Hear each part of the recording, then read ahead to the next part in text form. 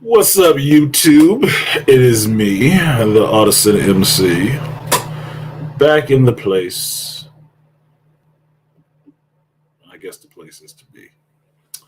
Uh, like, share, subscribe, support the stream if you feel so inclined. So, I had a good day. Had a good day today, though. And I thought I would come back and actually share some of that with you, along with some other BS. Sorry, I'm looking this intros got mixed up. One is in the wrong place. And there we go. There we go. There we go. Intro and outros was mixed up. I can't have it like that. It messed me up when I try to click on it to go out of here. All right. So now we're good.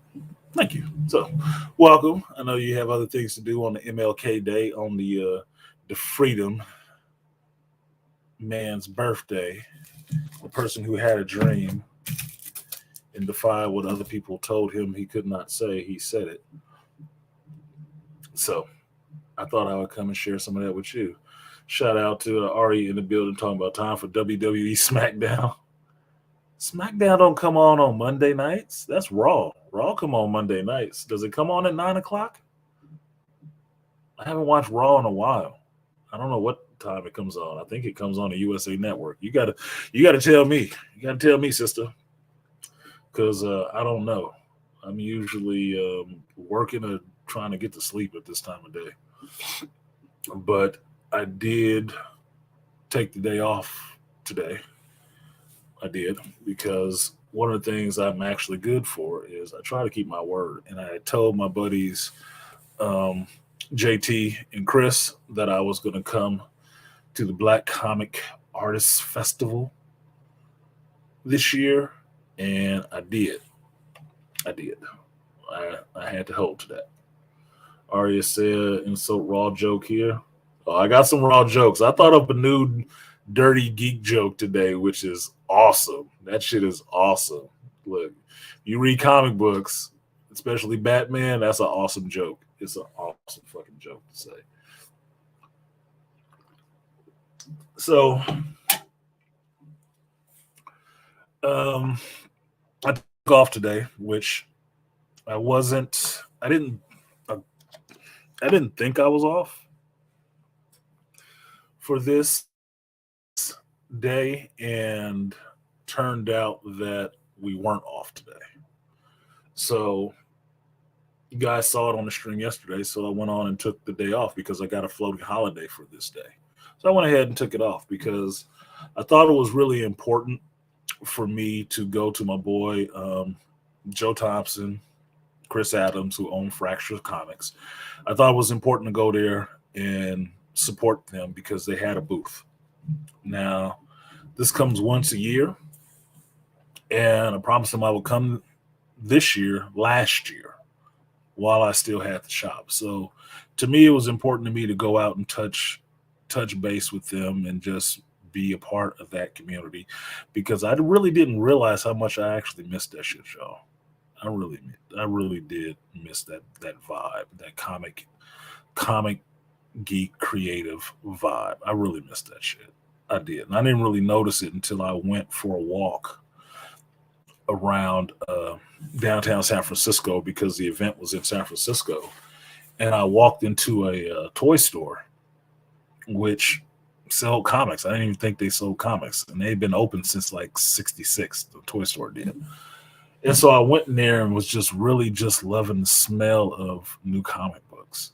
I mean, I was really like legit geeking out on smelling these comic books and smelling the paper and shit like that. Weird as fuck. Weird as fuck. But it let me know that I missed that shit a little bit. I did. And that's a little pain point for me with that shit. What up, King? What up, Parrish? With the Be No Nation. But it was good to go and hang out with the brothers because we don't get to do that all the time. I have known them for years. We have gotten to hang out possibly twice outside of the shop, I should say. To clarify that. We've gotten to hang out outside of the shop maybe twice. This being, I think, the second time. I think the first time was after their documentary showing that a woman did a documentary on them. And they did a viewing of the documentary in the city, and I came out for that. And I think I told you guys about that before, where I was actually in the wrong theater, and I was actually getting a viewing of a documentary about heavy metal music being started in the Bay Area, and I was really interested in that because they had Metallica playing in my city, Richmond. I was like, what the hell is Metallica doing in Richmond? What? Didn't even know that little bit of history. But when they found me, I was in there and I was into that documentary, but I was in the wrong theater, so I had to leave, so I didn't get to see the rest of the documentary. So I got to find the documentary so I can watch the rest of it. But being out with them was good. What up, Beastly? Yes, Danger Room is open, dude. That's why I got the red light on. Danger Room is always open.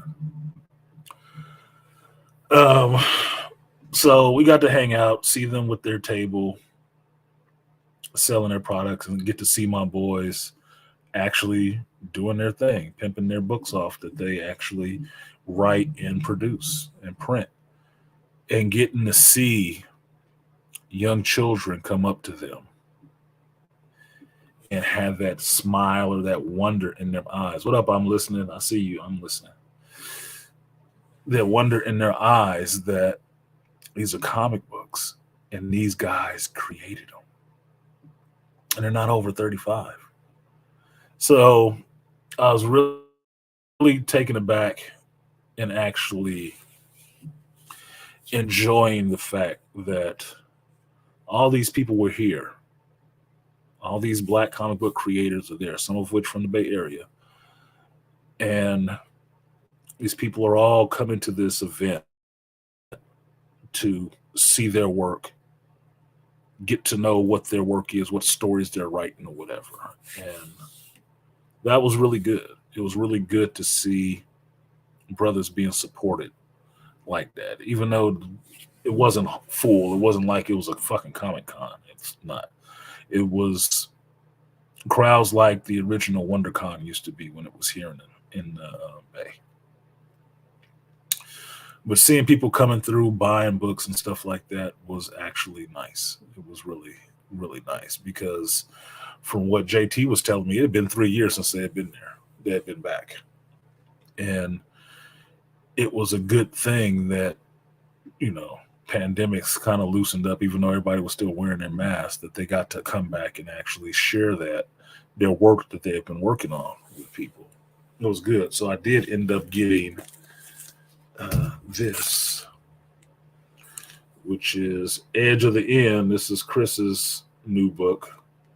And I got a chance to read some of this while I was sitting in the Ghirardelli store drinking my salted caramel hot chocolate.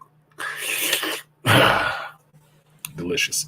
Got to read a bit of that, and it's interesting. It's actually interesting. It's really funny reading something that the person who wrote it, right? I mean, not just, oh yeah, I know that person, I met them before, something like that. But no, I actually conversate with them and talk to them about shit and women, all kind of stuff.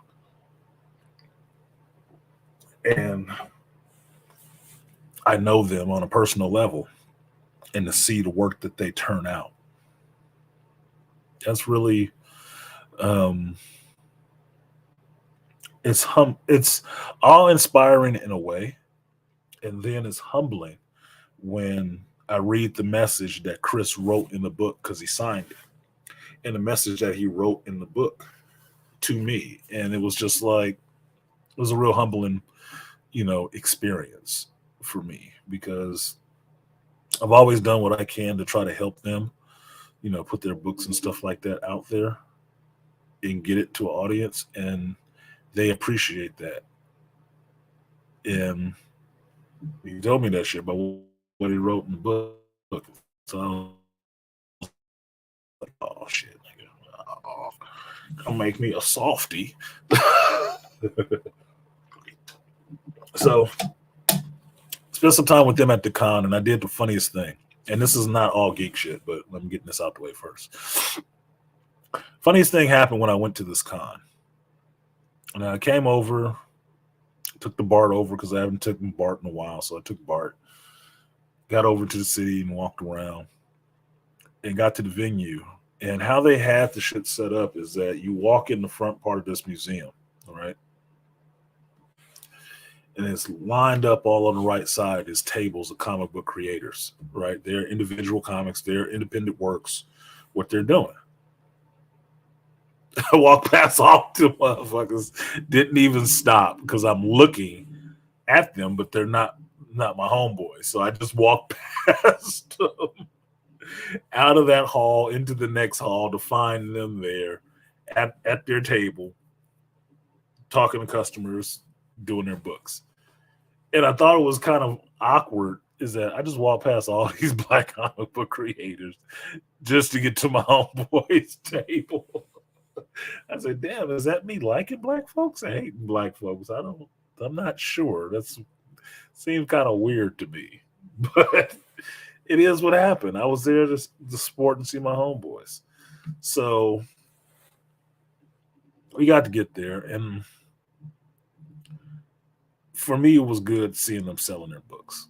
It is good for me seeing them selling their books, because the only place that I knew of in the East Bay that was selling their books was Stand Up, my store. And I really want them to get the shine that they deserve on the work that they put out.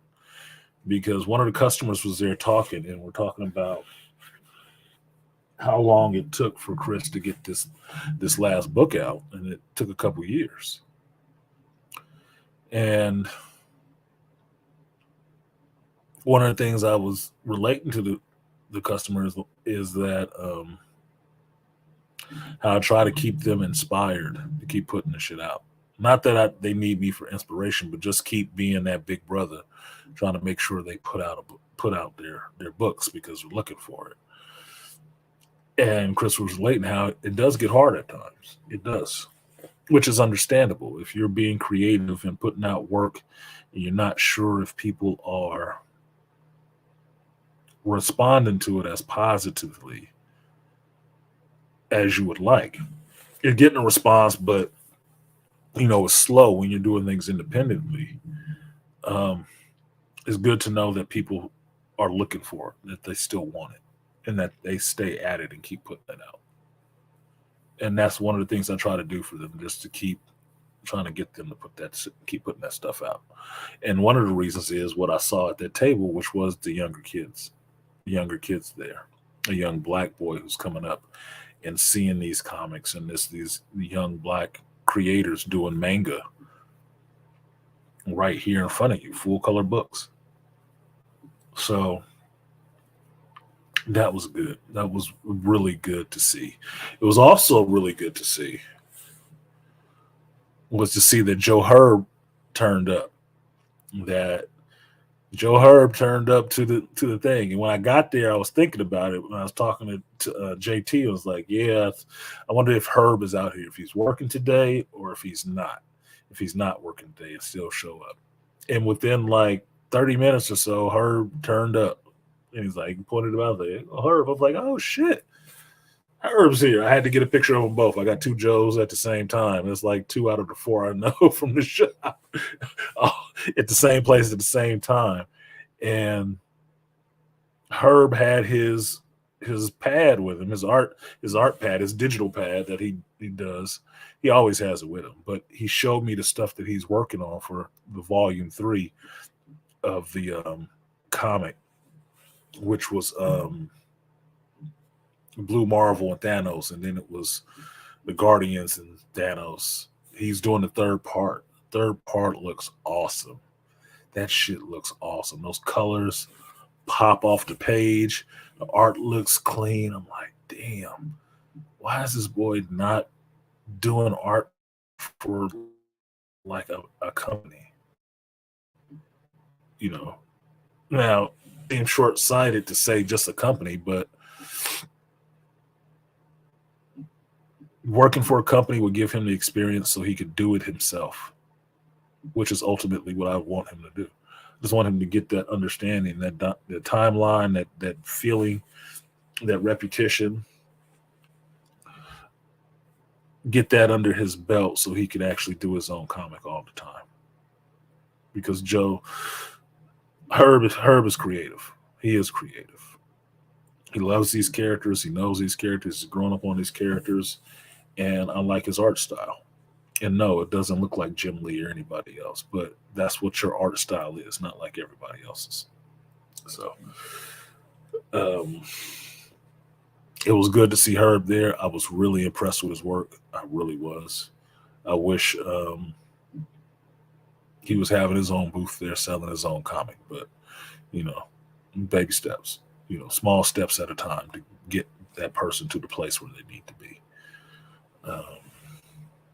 What else was there? Got to meet some other creators, which was fun. They make their own comics.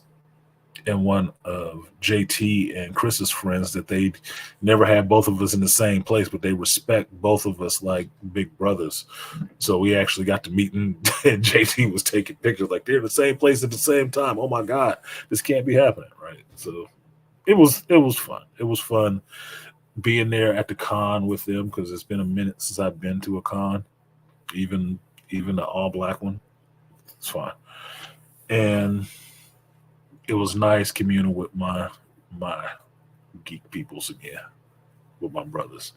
So afterwards, we went out and had some Japanese food, some Japanese curry, and it was good just being able to hang out with them in the city. We hadn't done that in a while, and it was good getting to know those brothers even better, even after all these years. And I didn't know that boy Chris, today was the anniversary of his father's passing, and that his father would have been 82 today. So yeah, it was good. It was hearing that made it important that I was there with him because he had his birthday on the 13th, and then coming around to today was the anniversary of his father's passing. It was important that I was there. I didn't get to celebrate his birthday. I got his birthday mixed up with JT's, but here I am today. So we're getting to do something that we don't usually do. So to me, it was special, and that was where I was supposed to be that day. I was supposed to be there. So took care of things, enjoyed our dinner and our Sapporos, and got it in for the day. And then the other part happens.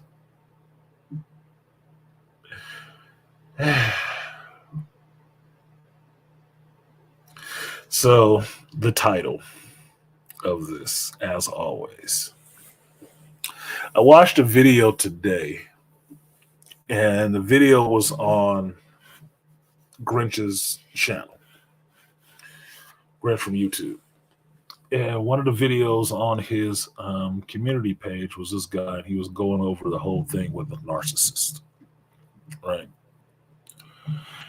And I was watching that video, and it was a bit interesting. And like I usually tell you guys, every week, every day has a theme. If you pay attention to life, you'll feel it, right? Excuse me. And it came up in the conversation with JT and Chris today at the end of the evening. But this video was in the back of my mind because I watched it earlier in the day. And it was about narcissists. And Grinch's blurb on it was about this guy understands because he must have really dealt with a narcissist or something like that. And a guy goes down and breaks down what a narcissist is. But then he also breaks down the narcissistic behavior. Now, what's interesting about this is the brother doesn't look like a scholar or anything like that. He got on his arm or whatever, but he's just talking in a really even tone. about.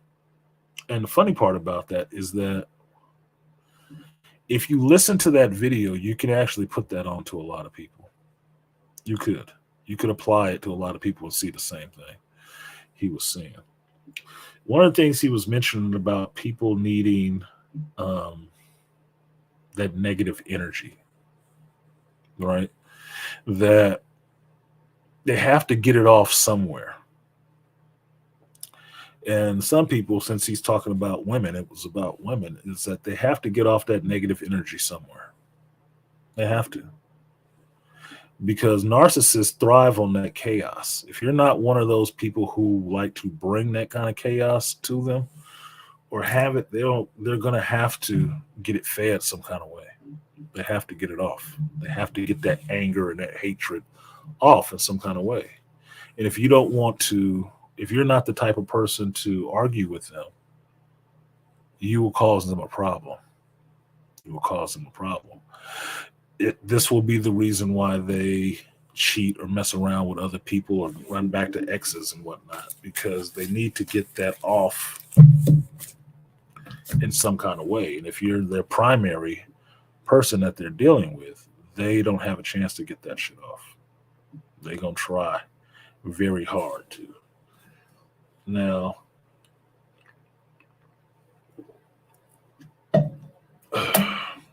I've dealt with my share of narcissists. By that definition, I've dealt with my share of narcissists. Probably because I'm pretty laid back and I'm calm. And I talked about this with BGS before about the reason that I end up finding people like that have a lot of chaos or anger is because I'm pretty calm. And that calm attracts them. Right. So, problem is, I can be reactionary. And if the sense is that I'm calm and I'm just the one that's the easy punching bag, is that people always want to bring bullshit to you. Problem is, I've gotten older. I don't like bullshit. I don't like chaos. I don't like it being brought to me. And if I'm not in the mood for it, it can be a bad day for you. So, as for the title, as always, it seems like it's always the same shit when you deal with people, with certain people. It's always the same shit. And what makes it boring is that it does not change. That's what makes it boring. Because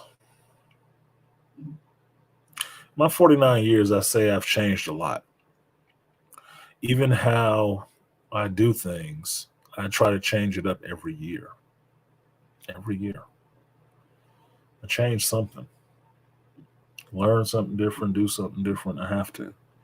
My brain does not work on staying stagnated in the same place, doing the same shit.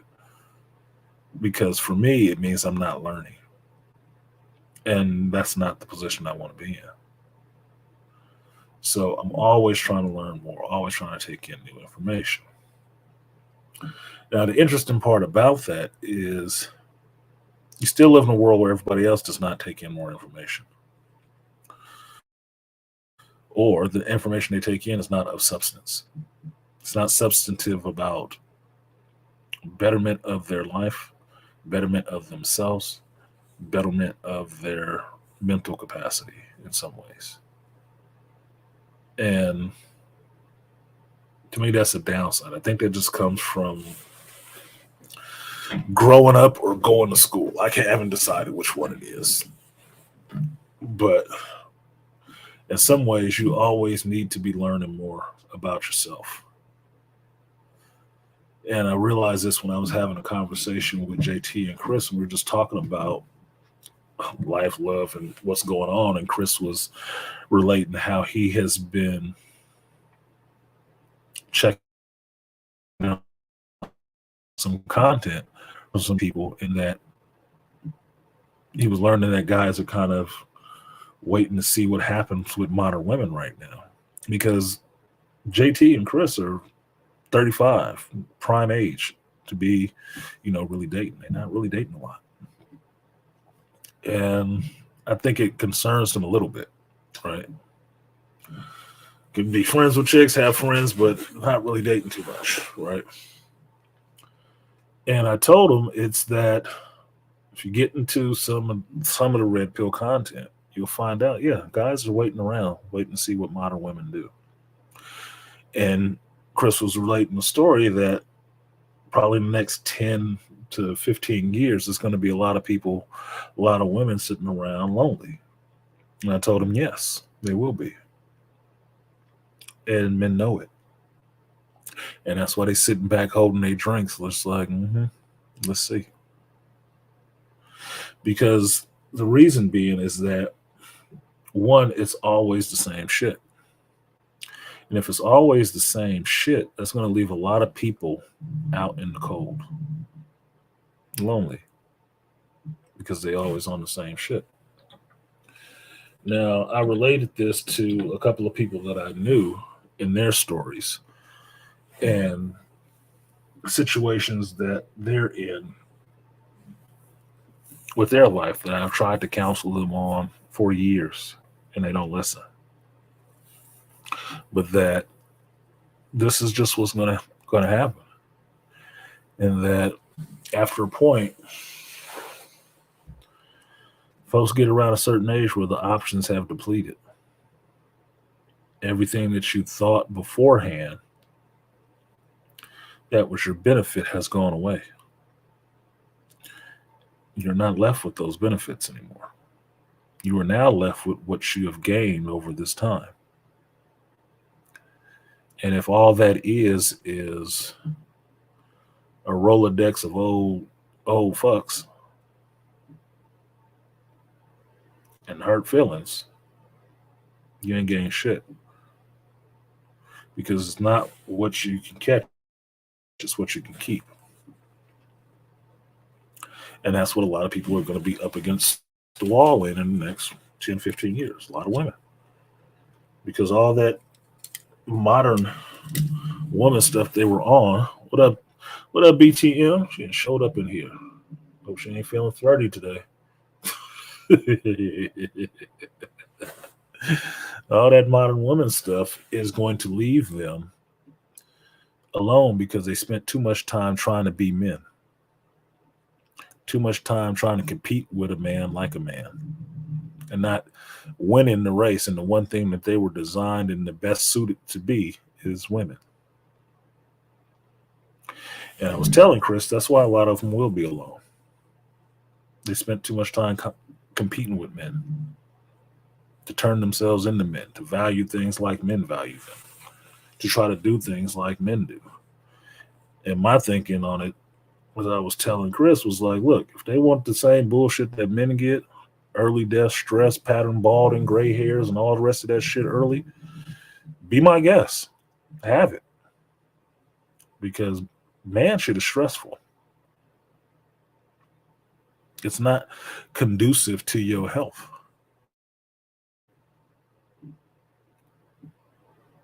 So you want to do all that shit, knock yourself out. But don't think somebody need to be there holding your hand to do it, because ain't nobody holding ours to do it for us to walk this walk. That's not how it works. Excuse me. Now, I don't relish the fact that there will be a lot of lonely women in the next couple of years. But look, how'd you get there? Right? I remember this story when the first time it was a thought that I was supposed to steal a car with my homeboy. And we had went all the way out to the Air Force Base to see our chicks at the time that stayed on the Air Force Base, Travis, right? We went all the way out there on the bus because neither one of us had a car. Figured out how to get out there on the bus. And we were coming back and we missed the last bus from Vallejo, taking us over the bridge back into Richmond.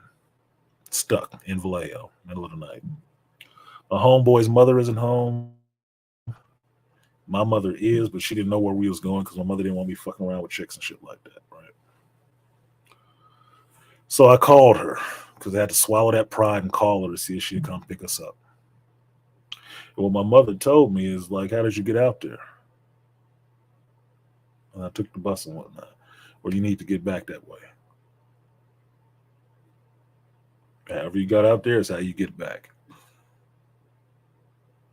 The last bus came. Figure it out.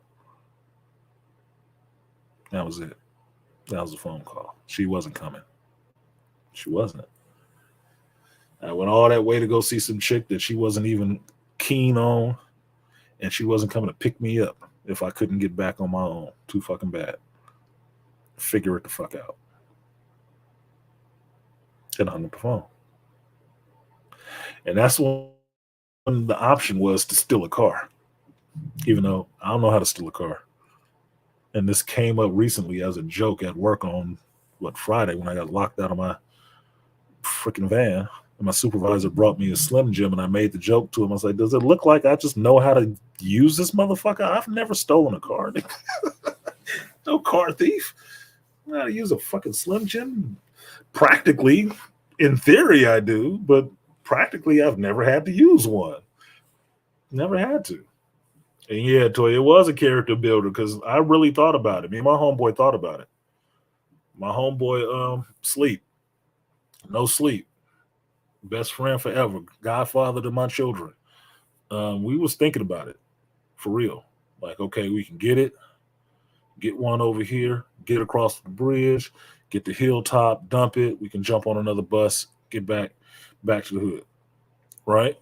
And I'm like, I don't know, man. I don't even know how to steal a car.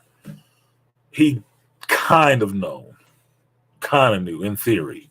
He hadn't done it, but he kind of knew how it went. I was like, I don't know. That seemed like a lot. And just to finish that story off, so you didn't think I was a complete stuck ass, I knew one person in Vallejo and had their number, and it was one of my old coworkers from the community center, my old coworker Renee. And I had called him a few times, and he wasn't home.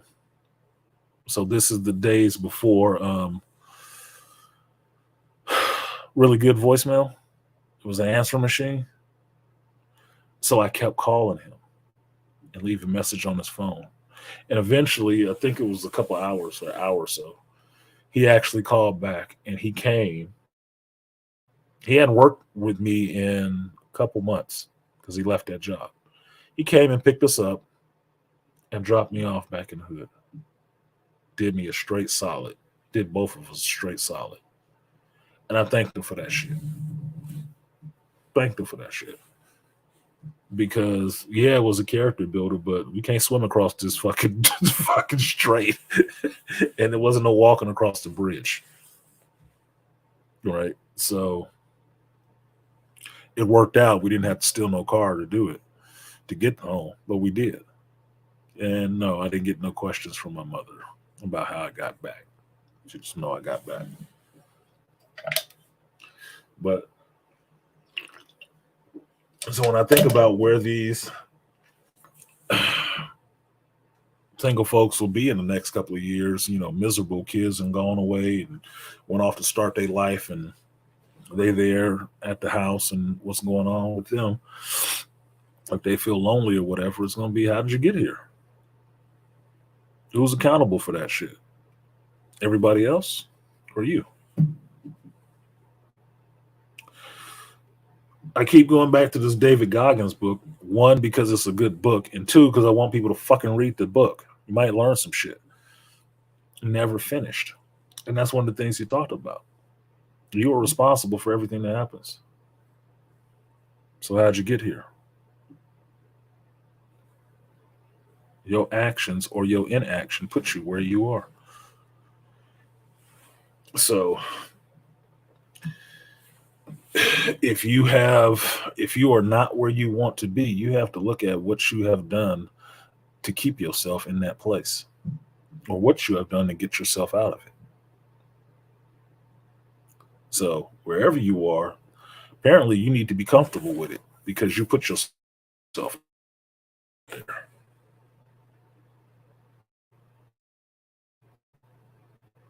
Now, I think that's what's going to happen with folks in the next couple of years. There's going to be a lot of them there because saints preserve us. There is more women than it is men. And even more so, there is more eligible women than there are eligible men. Sitting there talking with JT and Chris, I was breaking it down to them how I think it was the median earnings for males in America. What up, Faulkness? Woo! Woo beast in the building. Median earnings for a male in America is like 32,000. Median, I mean 50%. So if you make it more than 32,000 a year, you already above 50%. Heterosexual, male, not in jail, you go up the scale from there. And it's a lot of dudes out here just sitting back because they say, these motherfuckers is too crazy. This is not beneficial for me to play in this park. I'm going to sit back, go to the gym, work out, make my money, stack my bread, and just watch these motherfuckers out here tripping balls, looking crazy in the face, blaming everybody but themselves for how this shit turned out. They are in that age group. And they already know it. That some stuff is not working correctly. So for me, I think of it that is kind of inevitable. That everything works in cycles. And as the waves come in, they will leave. They will go away. And then they will come back again, as always. Right? So a lot of this shit is cyclical.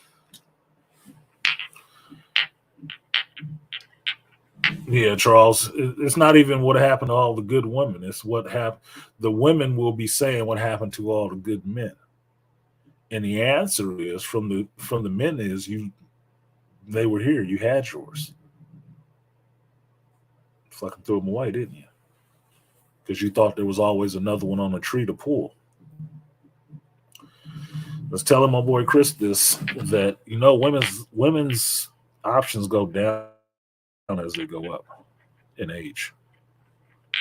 That's why older women don't like young chicks, because there's always a new one. There's always a younger one. And at one point in time, the reason why they hate them so much, at one point in time, they were that younger chick, stealing dudes from some older woman. And they know how that shit goes. That's why they don't like younger chicks. So yes, they will be in for I wouldn't even say it's a rude awakening, because they already knew it was there. They're just denying it to themselves. But they will be having some problems in a few. There's nothing we can do about that shit. It is a hell of their own making. So what can you do about it? Throw on your blue slip shoes and your Neo cape and float in there and rewrite the Matrix for them? You're an agent in this system. You're making it this way. So, I don't know. But the point being is that as a guy, as you get older, your options go up.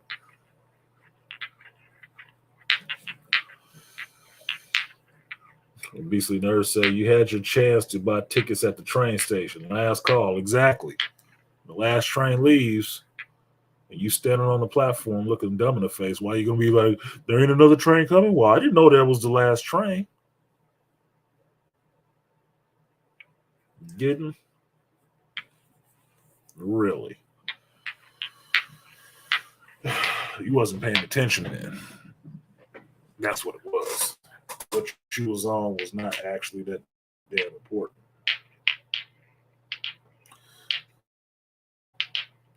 Let that be. That's what you're going to be dealing with. Now, for me, what I told Chris and Joe is that they have to learn how to be comfortable with them by themselves. And it's a little easier for men to do that than women because you're not really designed to actually be overly communal. Biology wise, nature wise, you were designed to be a solo operator. You can work in groups, but not for long because men, above anything, value their independence. Independence of action, independence of thought. We can work in groups with each other, but that's part of understanding what the hierarchy is. Who's in charge, who's not in charge, and how to play your role and how not to play your role. Because if you can't do that, you will be excommunicated from the men group. Everywhere there are roles, and you have to play it. Meaning you have to know how to stay in your lane and not think you can be something that you are not. Other than that, men will do things by themselves. And because of that, they should be able to maintain on their own. I've talked about this with you guys before, and I talked about it with Joe and Chris before about understanding something that my crazy ex had said to me before is that women need to be your whole world. She wanted to be a man's whole world. And I'm like, no, you don't. And no, you shouldn't be. And she disagreed because she was younger. She's about their age, actually. That no, he should be. I'm like, no. If you are a man's whole world, what happens when you leave? That's how men end up committing suicide over chicks or trying to delete that chick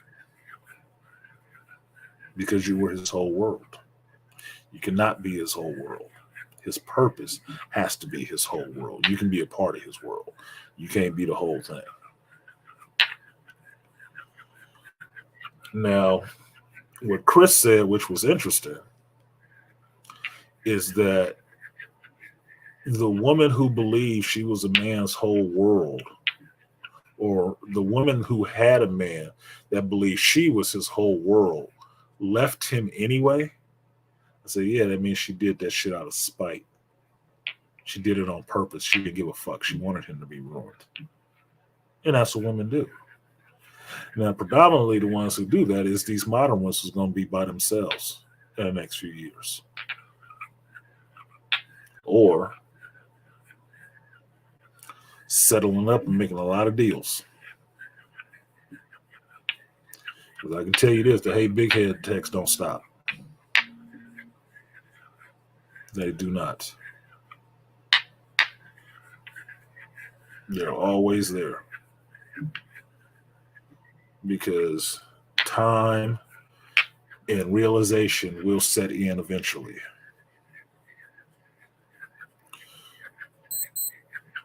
And they will have to figure that shit out. So, as always, things will progress with or without your ass. So, I was really trying to give them some brotherly advice because I got at least 10 years on them. And I say brotherly advice and not fatherly advice because I'm not their father. But I can pass back some of what I've learned, in a sense. And just let them know these are the things you need to, look out for. And actually be aware of. Because I don't relish the position that they're in. But understand, you're going to have to be good for you. And I told them I learned that shit after divorce. And that's why chicks leaving don't bother me. Because I learned it. Do what you do, motherfucker. You're only here for a short time, I guess. Because if it's based on your fucking feelings, I'm not setting up stakes. That shit is too changed. DC Nurse said, you can't completely. I have to be damn near finished projects before I meet you. Yes. My homeboy Ron told me this a long time ago. And I was married at the time he told me. And I'll pass this shit on to you. It's not me. It's not mine. This is my homeboy Ron Bundrum. He's passed. He's dead. That's my homeboy who died of cancer, was in a wheelchair. And that I always said, hallowed be his name in the comic shop forever. Ron Bundrum. That's why I give him his credit. Even dead, I give him his credit. And he's been dead for more than a decade, right? He told me before is that what's a relationship? And I told him the common trope that everybody learns. Relationships are 50-50. He said, no. A relationship is 100-100. Why? Reason being is you can't be half a person looking for the other half of some other half a person. You have to be a whole person yourself. And they have to be a whole person themselves. That way you guys can work together and make 200. But if you got two half-ass people getting together 50-50, they only can equal the output of one person, 100. No, you want to be 200, not one. Now, a boy Ron was a little older than me, like sisters, white dude who liked sisters, cut his hair, had a military cut and everything, in a wheelchair. That's some bad chicks. Like, nigga, you don't need your legs to pull a bitch. But he was never married, didn't have any kids. But he understood relationships between men and women. Master's degree, in psychology. Was a customs agent. Could shoot, could fight. I don't what degree, black belt he was in Aikido and stuff like that. Even in a wheelchair. Don't let him get a hold of you. Motherfucker used to lift weights till he's strong as shit. Fuck you up like a goddamn orangutan. But he understood that. And he shared that with me. And it made perfect sense. Right? And here's how it can make sense for you. If you got one arm and the person that you get with got one arm, what can the two of you do together? Only what one person can lift with two arms. Right? But if both of y'all got two arms, you can probably lift more shit and get things moving in the right direction.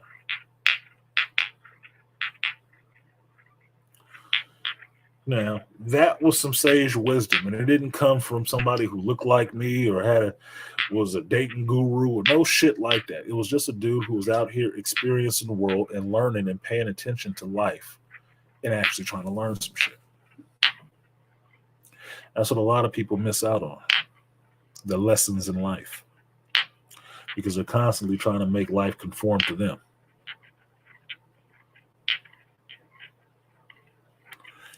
Not doing the one thing that most people should be able to do, which is learn to live in the environment.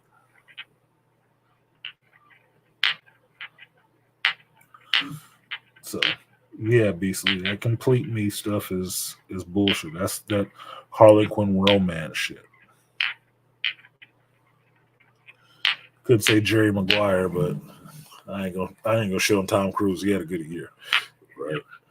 That was a line somebody else wrote for him.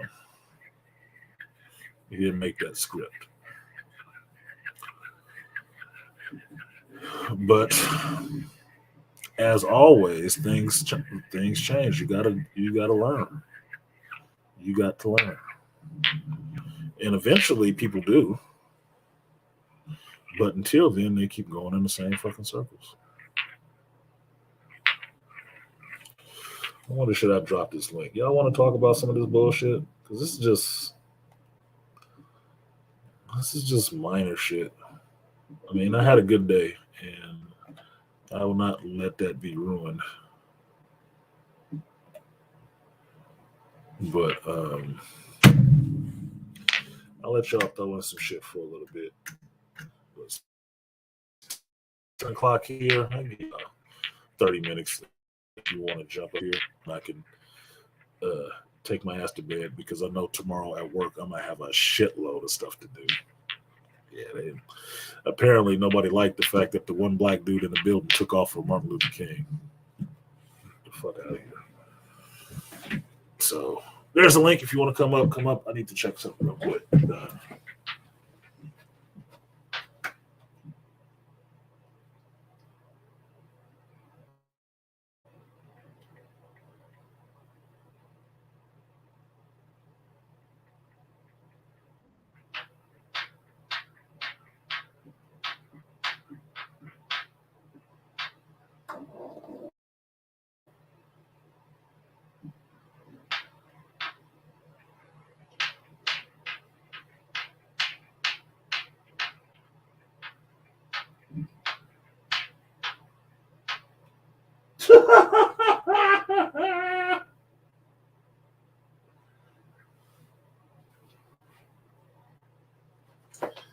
Oh shit!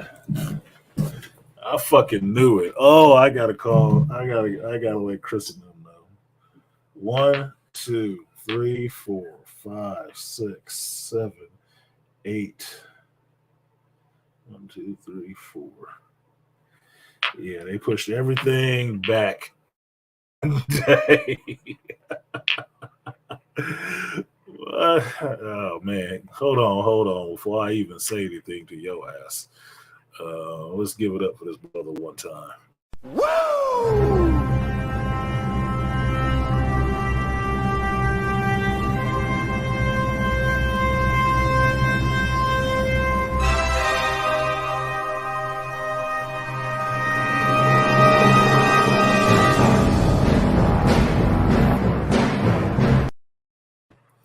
What up, Falconist? Woo!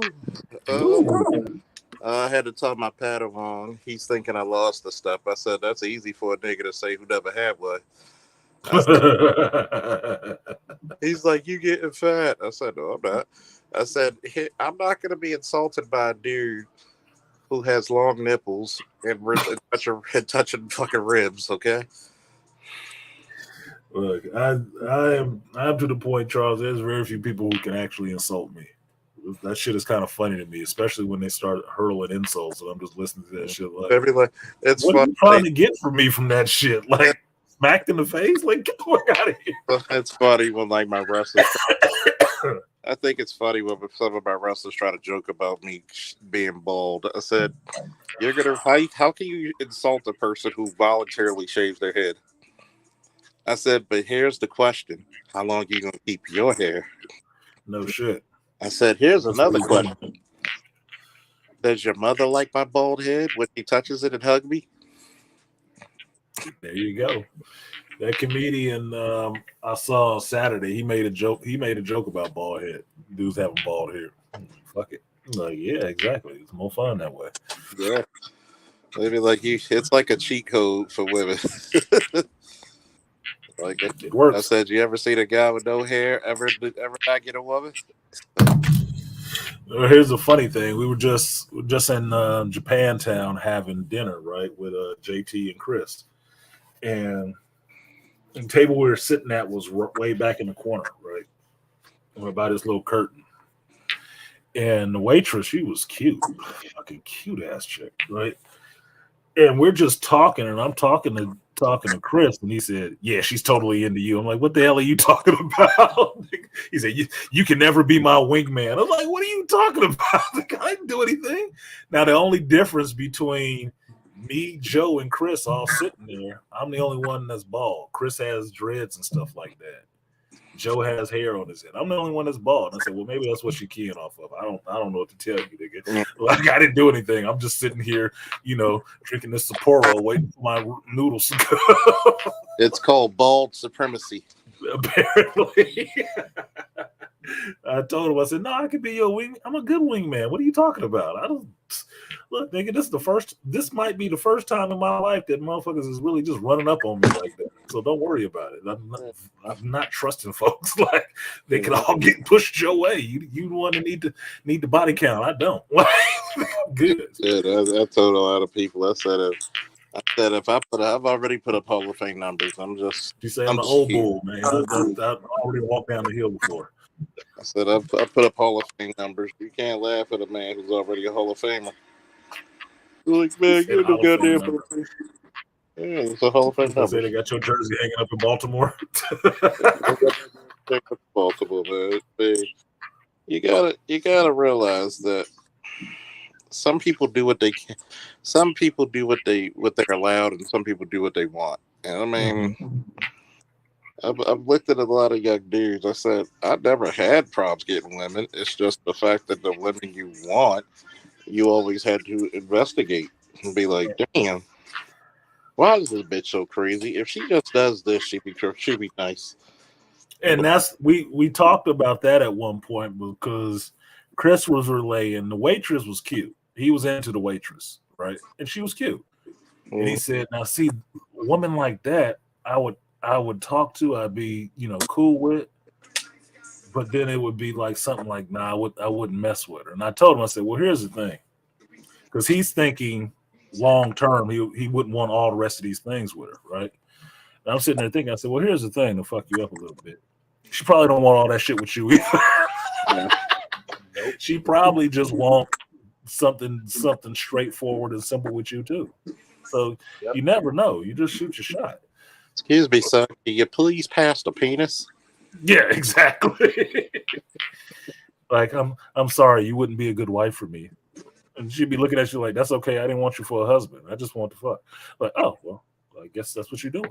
Some quick action. Hip, hip, hip, hip, hip, hip, hip. I just want you for a good fornication under the king's consent. She was sitting up there grinning and sitting at the table. I'm like, I'm involved. Like, so I'm not fucking around. I'm not interested. But look, if I'm drawing some heat, like a good wrestling match, if I'm drawing some heat, I'm gonna throw the heat off on you, homie, because you need the heat. You need the heat. My boy Chris, he owns his own company and everything else. Chris, it's so and so. You gotta put him over. You gotta put him over. Put him over, exactly. You got to put that dude over. Sometimes you got to do a delicate oversell. Yep. Mm-hmm. Yep. Like so that was the thing. Selling you like Mr. Perfect, boy. Putting you over like Mr. Perfect. Putting you over like Andre for Hogan. Like Slam Hogan? Yeah, he kind of. You slammed Andre? Yeah, he kind of helped me, but yeah, I did. Yeah, yeah. Or Rock and Hulk Hogan, when Rock took the heel. Rock played the heel so Hogan can play the babyface. Yep, you do that in wrestling sometimes. Sometimes you put somebody else over. Like, that's what I told him. I said, I'm a good wingman, dude. I never was that dude. I don't look. I did it with my homeboys, like my homeboy No Sleep. We would go out and get chicks and stuff like that, but I was never the one that was out there just seriously hawking. Like, closest I came to understanding what that was once I got into the space and understanding what beta game was and shit like that. I said, that's not what I'm doing, but I get it. Like, I get it. They try to call you a Kobe. Like, they was like, oh yeah, y'all cool. Who's that quiet motherfucker right there? Who's your homeboy? oh, yeah, he cool. Yeah, okay. Like, oh shit, she's bringing attention to me. Smoke bomb. Smoke. Smoke. Pop smoke. So yeah, I told him, I said, look, I can go out with you. Don't worry about it. Because he told me he's put me on his list of the 2 people he can't take out. Never be my wingman. Was it a black chick or Asian chick? Asian chick. Japanese chick. Oh man, I think you like the Asian. You see, get that you like the yellow fever. Mm. Well, here's the thing. That's what he was making a joke about me about, because he saw a picture of the chick I was messing with, right? Uh-huh. I could tell she was probably into brothers because of how she had her nails done. Mm-hmm. Uh-oh. What's that old? Like, no, you got a shot, homeboy. I don't know what the fuck she into at this table, but yeah, I ain't even looking at her ass. But what's that clip? The only reason you got cornrow because you got a brother on your arm. See, I got brother on my arm. You got no brother on yours.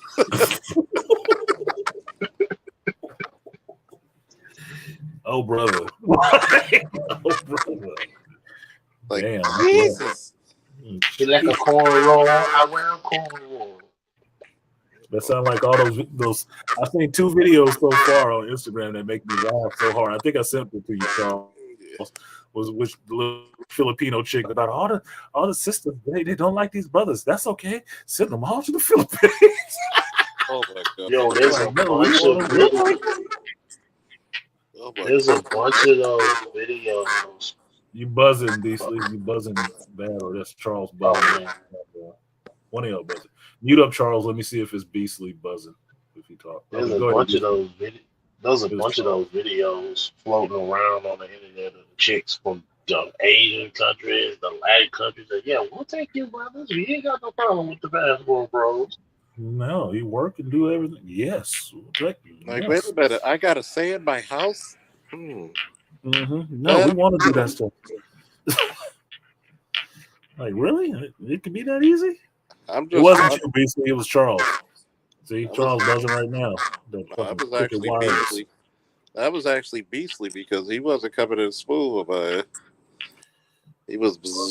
I thought he was like he had a whole bee habitat or something. He must have been riding in the back of the X-Jet. Some of the books fell off the the ledge behind me. Yeah, something buzzing. What did you do? Break your microphone? You sound like them attack droids in Star Wars and shit. I'm just looking at it like a lot of ladies out there do not appreciate their men.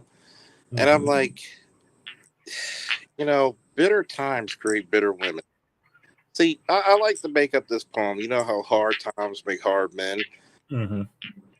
Fun times make bitter women. Bitter women make very insecure daughters. Insecure daughters become bitter women. And the cycle continues. It's like, instead of saying what men, and this is how I know a lot of women have failed. I've asked coworkers, why do you get your Roger? I'm gonna take you clowning. I'm gonna take you got jokes. Roger. Straight to the Clone Wars. It's funny. I said, why do y'all get advice from your single asshole girls to get a man? You notice they're single for a reason. Look, I said this to Chick I was seeing. I told her about this. Why I kept saying fuck her friend. Say, because you listen to that single bitch tell you about dealing with me like she ever seen my dick.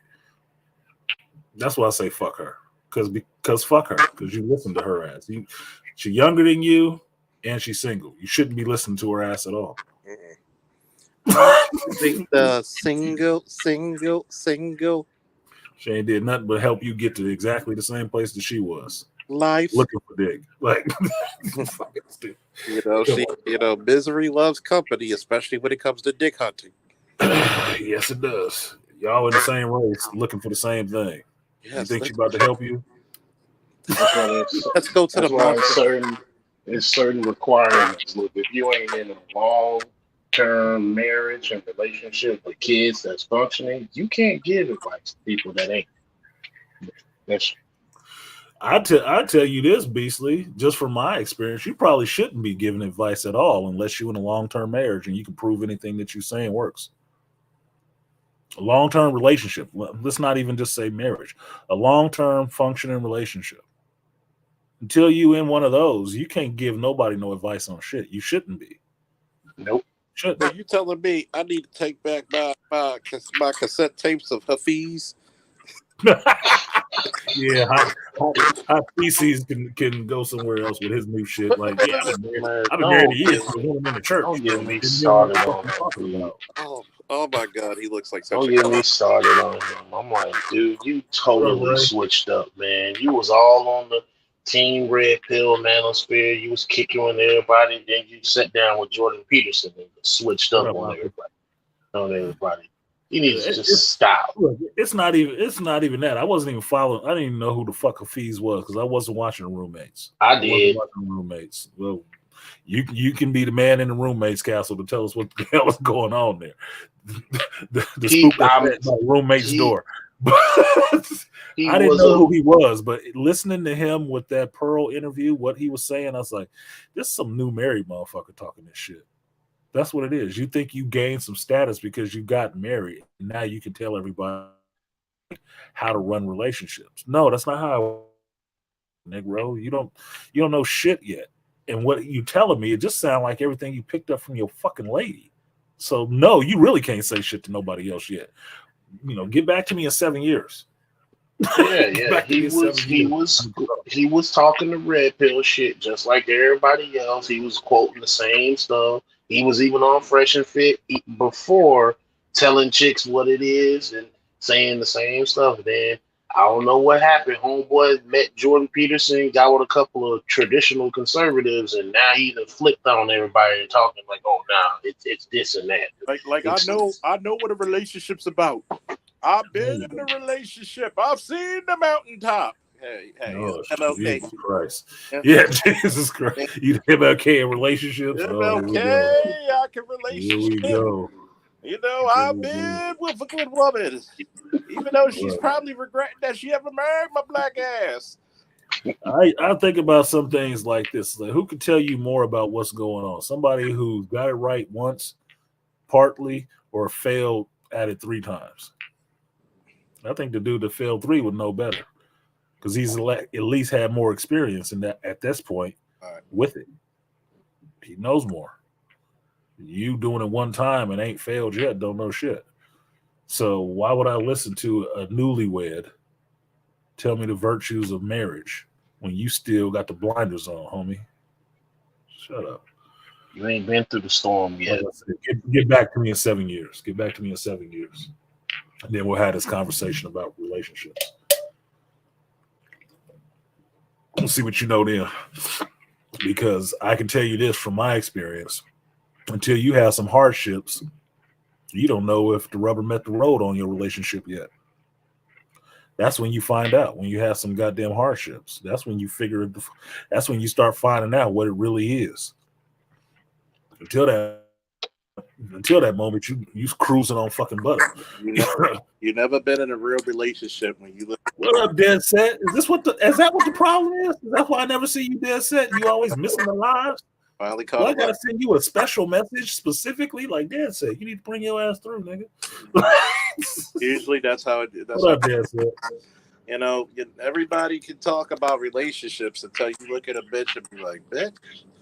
And I'm gonna tell you, my father told me one thing about a relationship and a marriage: you don't marry the one you just love. You marry who shit you can take.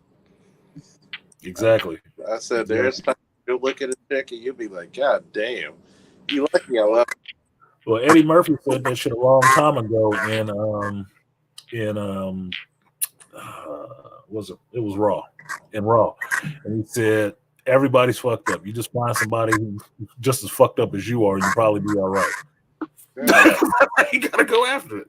Stop thinking you got it. You know what you're fucking doing. You don't. I've said that to him. My life is still in chaos. I'm sorry to hear that, Dad said. I know you going through it, man. I know. I be thinking about you too, but salute the K. Salute the Dead Set, man. No shit. You fighting a damn good fight because, man, that's the and I've talked to a lot of you guys offline, man, and a lot of us are fathers. Mm-hmm. It's a goddamn shame to know how fragile your children are, especially your boys. And knowing your boy, I don't care if you're in an interracial relationship, the world is going to look at your kid as black before any goddamn before anything else. It don't even matter. Doesn't matter. They're going to get the full frontal naked black experience, and you would wonder, like, why would your mom rob you of such a father? It doesn't make sense. It does make sense if you figure out they jealous. Yeah, they're jealous of that shit. I didn't figure it out.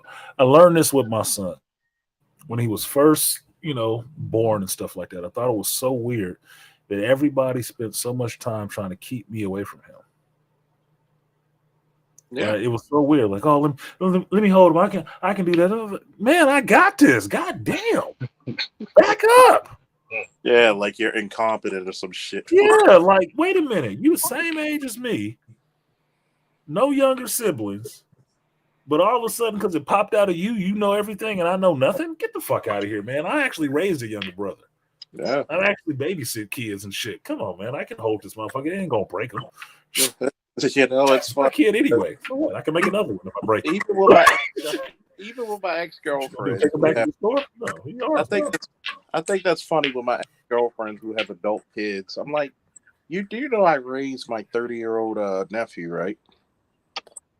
So there ain't really much you can tell me about raising a kid. Look, there's not much people can tell me about raising a kid. I have to tell the one I was dealing with about what's going on with her son, and she thinks, well, you could be right. I'm like, motherfucker, could be right. Look, I've actually been a teenage boy. I'm not could be right. I am right. I know what the fuck is going on with that one because I've been there. You haven't. You could be. I know I'm right. Just like me. You always discount the experience. Like, goddamn, dude, what the fuck? That's why I'm just like giving my 12-year-old cousin dating advice and stuff, and about not being in the friend zone and telling the chick who you right, because he was we was watching something on TV, and I was saying, no, you don't need to be no friend, and he was like, wait, so you don't be friends with a girl if you like? I said, hold up. I paused the television show. I said, hold up, pause. What's going on? He was like, no, it's a chick that I like, and I'm trying to be a friend. I said, nah. This girl that I like. What up? I said, if you like her, you need to tell her what's up and not waste your time trying to be her friend. He said, so you don't try to be? No, you do not. I said, No. you state your name, gangster, or you gonna hold it down and where you from. And if she say no, keep on moving. Move on to the next shit. So I think I created a monster. This motherfucker bounced from girl to girl all of a sudden. Well, see, I was just at dinner explaining to my boy Chris, and Chris is not a dumbass. Okay, let's just put that out there. Chris is not a dumbass. He's just younger, right? He's 35, and his father has passed, so a lot of his shit he getting from women, right? So he wasn't understanding the concept of a beta male orbiter, right? And because he can get on a level with chicks because he was raised around a woman most of the time, he can talk and interact with a chick, and they'll be totally cool and off their game and everything else, and let down their hair and start telling them information like BGS got information from chicks, right? They'll start doing all that shit. So basically being fluent in bitch babble. Exactly. Fluent in bitch babble, right? They don't see him as a predator. Right, but you still are. So you need to tell the chick that you're interested in what is up right up front, because that will get you out of that friend zone shit. Because I told him we all been there. Like JT was like, "Yeah, simp days." It's like, yeah, we all had simp days because you had to learn first. And Chris is seeing like, yeah, I had to learn all this shit myself. I said a lot of us had to learn it ourselves, nigga. I didn't know that fucking lady, man. I had to learn that shit. My mother wasn't even trying to have me around chicks. And the fact that I had to say my mother wasn't trying to have me around chicks lets you know that my father wasn't there. It was just me and my homeboy figuring this shit out myself because I had to learn it. Dead set. What's good, man? What's up? Oh, I like this conversation. It's chill. I gotta talk real quick. Let me give y'all an update on that situation too. He came back a week later and said, "Man, thank you for the advice." I was like, "Wow." He said, "I told you what you did," and I said, "So you got the girl?" He was like, "Yeah." I said, "See, told you." Yeah. See. And Ray Hama talking about, yeah, Sylvester Stallone ended up with a tattoo of his dog. Yeah, because she was on that bullshit. That's why I never agree with getting your tattoo of chicks on your body. If it's not your mama or your kids, fuck them. Because at least those other two, your mother, your father, your kids, are not changing. All the rest of that shit is temporary like a tattoo, nigga. No, don't do that. I don't care how much you think you need to get that shit. No, because she can change her mind any day of the week. Her pussy start feeling one way, her mind going the other one. Nope. I would actually only say unless that person passes away and they're still with you. That's about it. Even that, yeah. If they pass away while they're still with you, because then she can't change her mind, right? Yeah, that's why I say if they still with you and they pass away. I'll take the beastly nerd caveat. Okay, I'll take that one. I'll add that to the list, and I will give you credit for it, just like I did.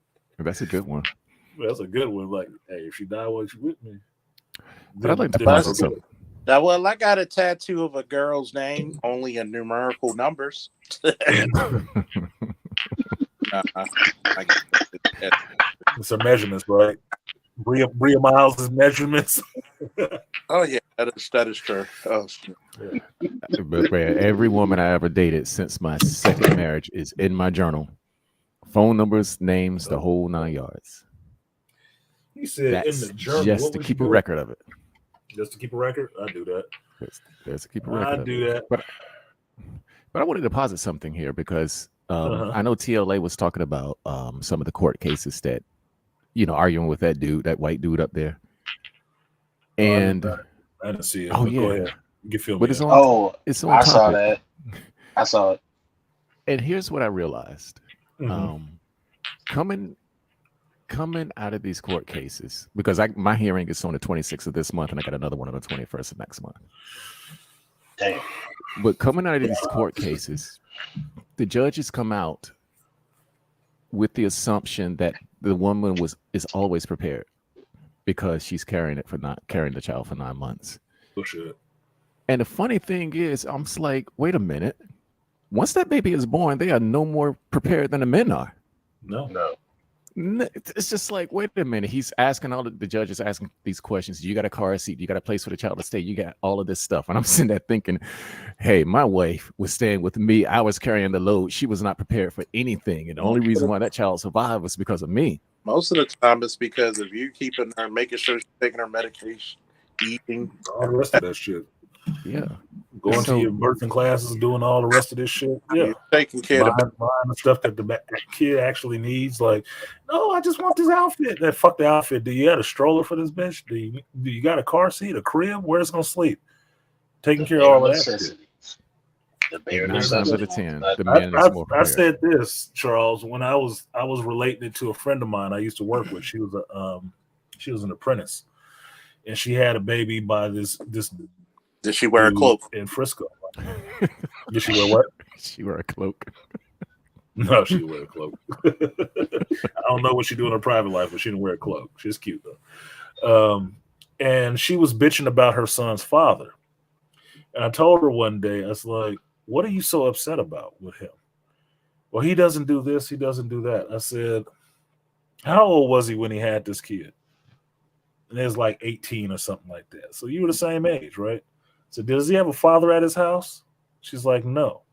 I was like, okay. So, and you were both the same age fucking around, right?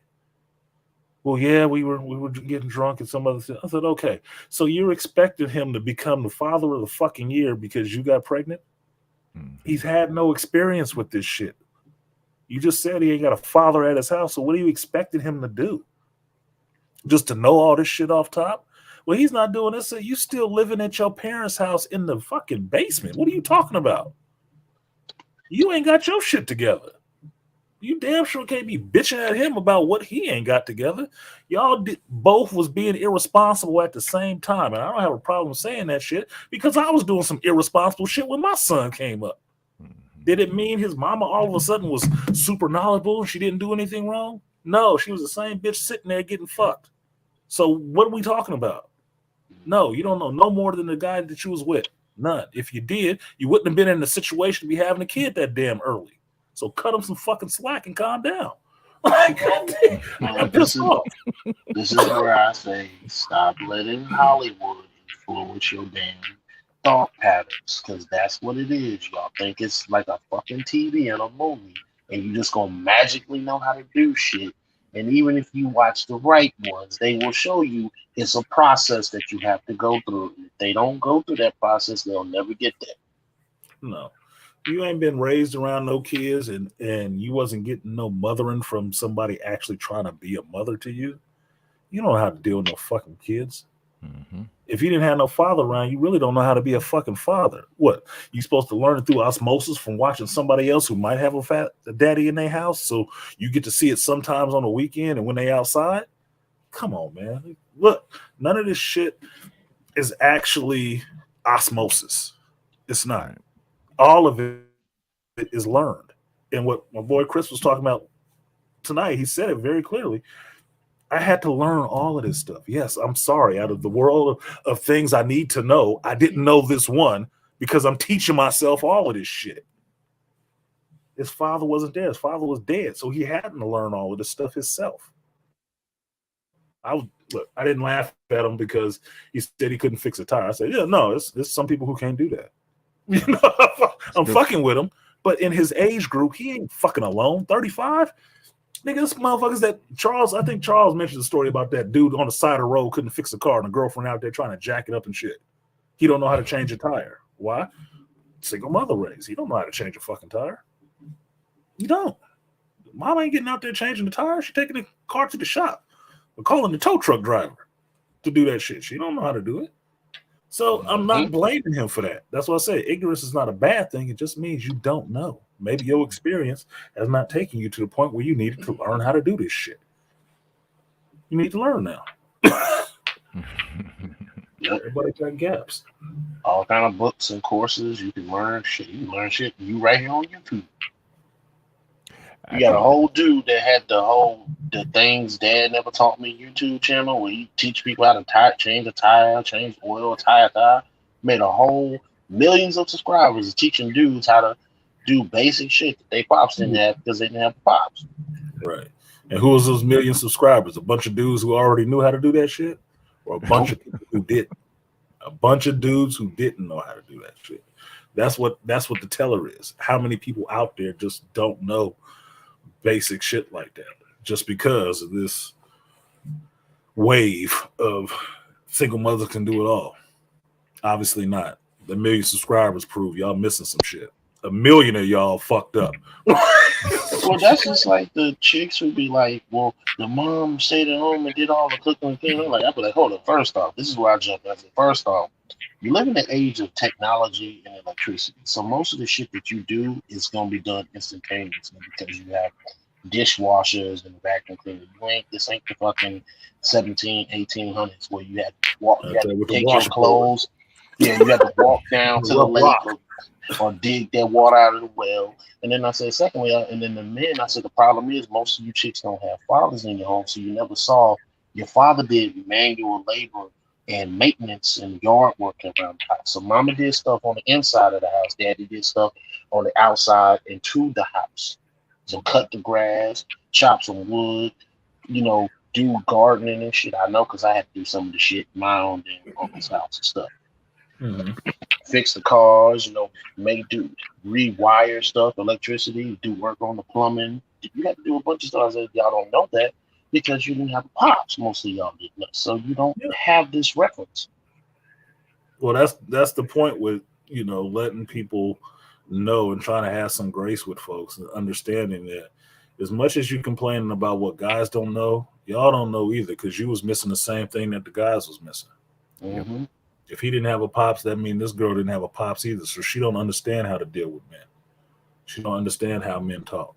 She only know how her mama talk about men or the weak dudes that came around her that she drove off. That's all they know. That's all they gonna see. And that's the boys and the girls. So they both equally is fucked up, just in a little bit different ways because it affects them different. But it's the same shit. So but what he said ties into so many things because usually, like when I think about the manual things that we used to do with our hands, and I do recall a time, even in my lifetime, where it took energy just to get food. I mean, because when you're in that garden, you're burning up energy just to replace it with the food that you eat. When you're out there in the yard doing whatever you're doing, or whatever type of manual labor that you're engaged in during the day, you're expending energy. Yep. And so when you came home to eat, you were replacing energy, not to whereas now you're just like eating without any expense. Yeah, my crazy ex never understood that, where I would come from a construction job. I'm working 40 floors up, doing all the shit that I was doing all day. And then I get off work and it's only like 3:30, 4 o'clock, visit her and wondering why I'm falling asleep so early. Yeah. It's like, motherfucker, I'm fucking tired. You don't understand. You sat your ass in the office all day. I'm not. I'm burning calories just walking out the building. What are you fucking talking about? Been sweating all day and come on, man.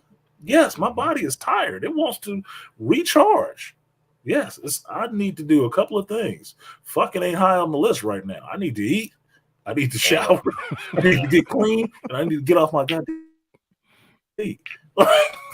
Maybe if I get some food, I might got a little bit. No, they don't. That's about it. It's funny, but that reminds me about idle hands. If your hands are not idle, you don't have time to do a lot of the fucking. Look, it's funny where I can remember being young and remembering where that was all I thought about and everything that I was trying to get towards. Right? What up, Detroit? The 313 in the building. I think of it now as like it don't even. It still interests me, but it's not like I'm not putting aside. Oh, I'm going to take off work just so I can fuck today. No, nigga, I'm gonna make my money today. Fuck later. Money over nookie. Yeah, Sorry. man. Money over MOB. nookie. Tupac was right. MOB. Money over. Money over. Because what do they say? It's a lot easier to fuck when you got money than it is to fuck when you broke. Just is. Nobody want to fuck you when you broke. But when you got some money, everybody looking to give you a piece. It might be, depending on who you are. I'm not saying that's my life. I'm just saying I understand that a little bit better now. You got a little bit more options that way. And what's the other one? You'll never miss out on a woman chasing money, but you will miss out on a lot of money chasing women. I think that's the way it goes. Yeah, that's it. That's exactly it. A man chasing money has never lost women, but a man with a lot of money chasing women. Exactly. You're not supposed to chase the things that are abundant in nature. Just not what it's supposed to be. You can catch a fish, but you ain't chasing it through the ocean. Now, you should start a pole to sit there and wait.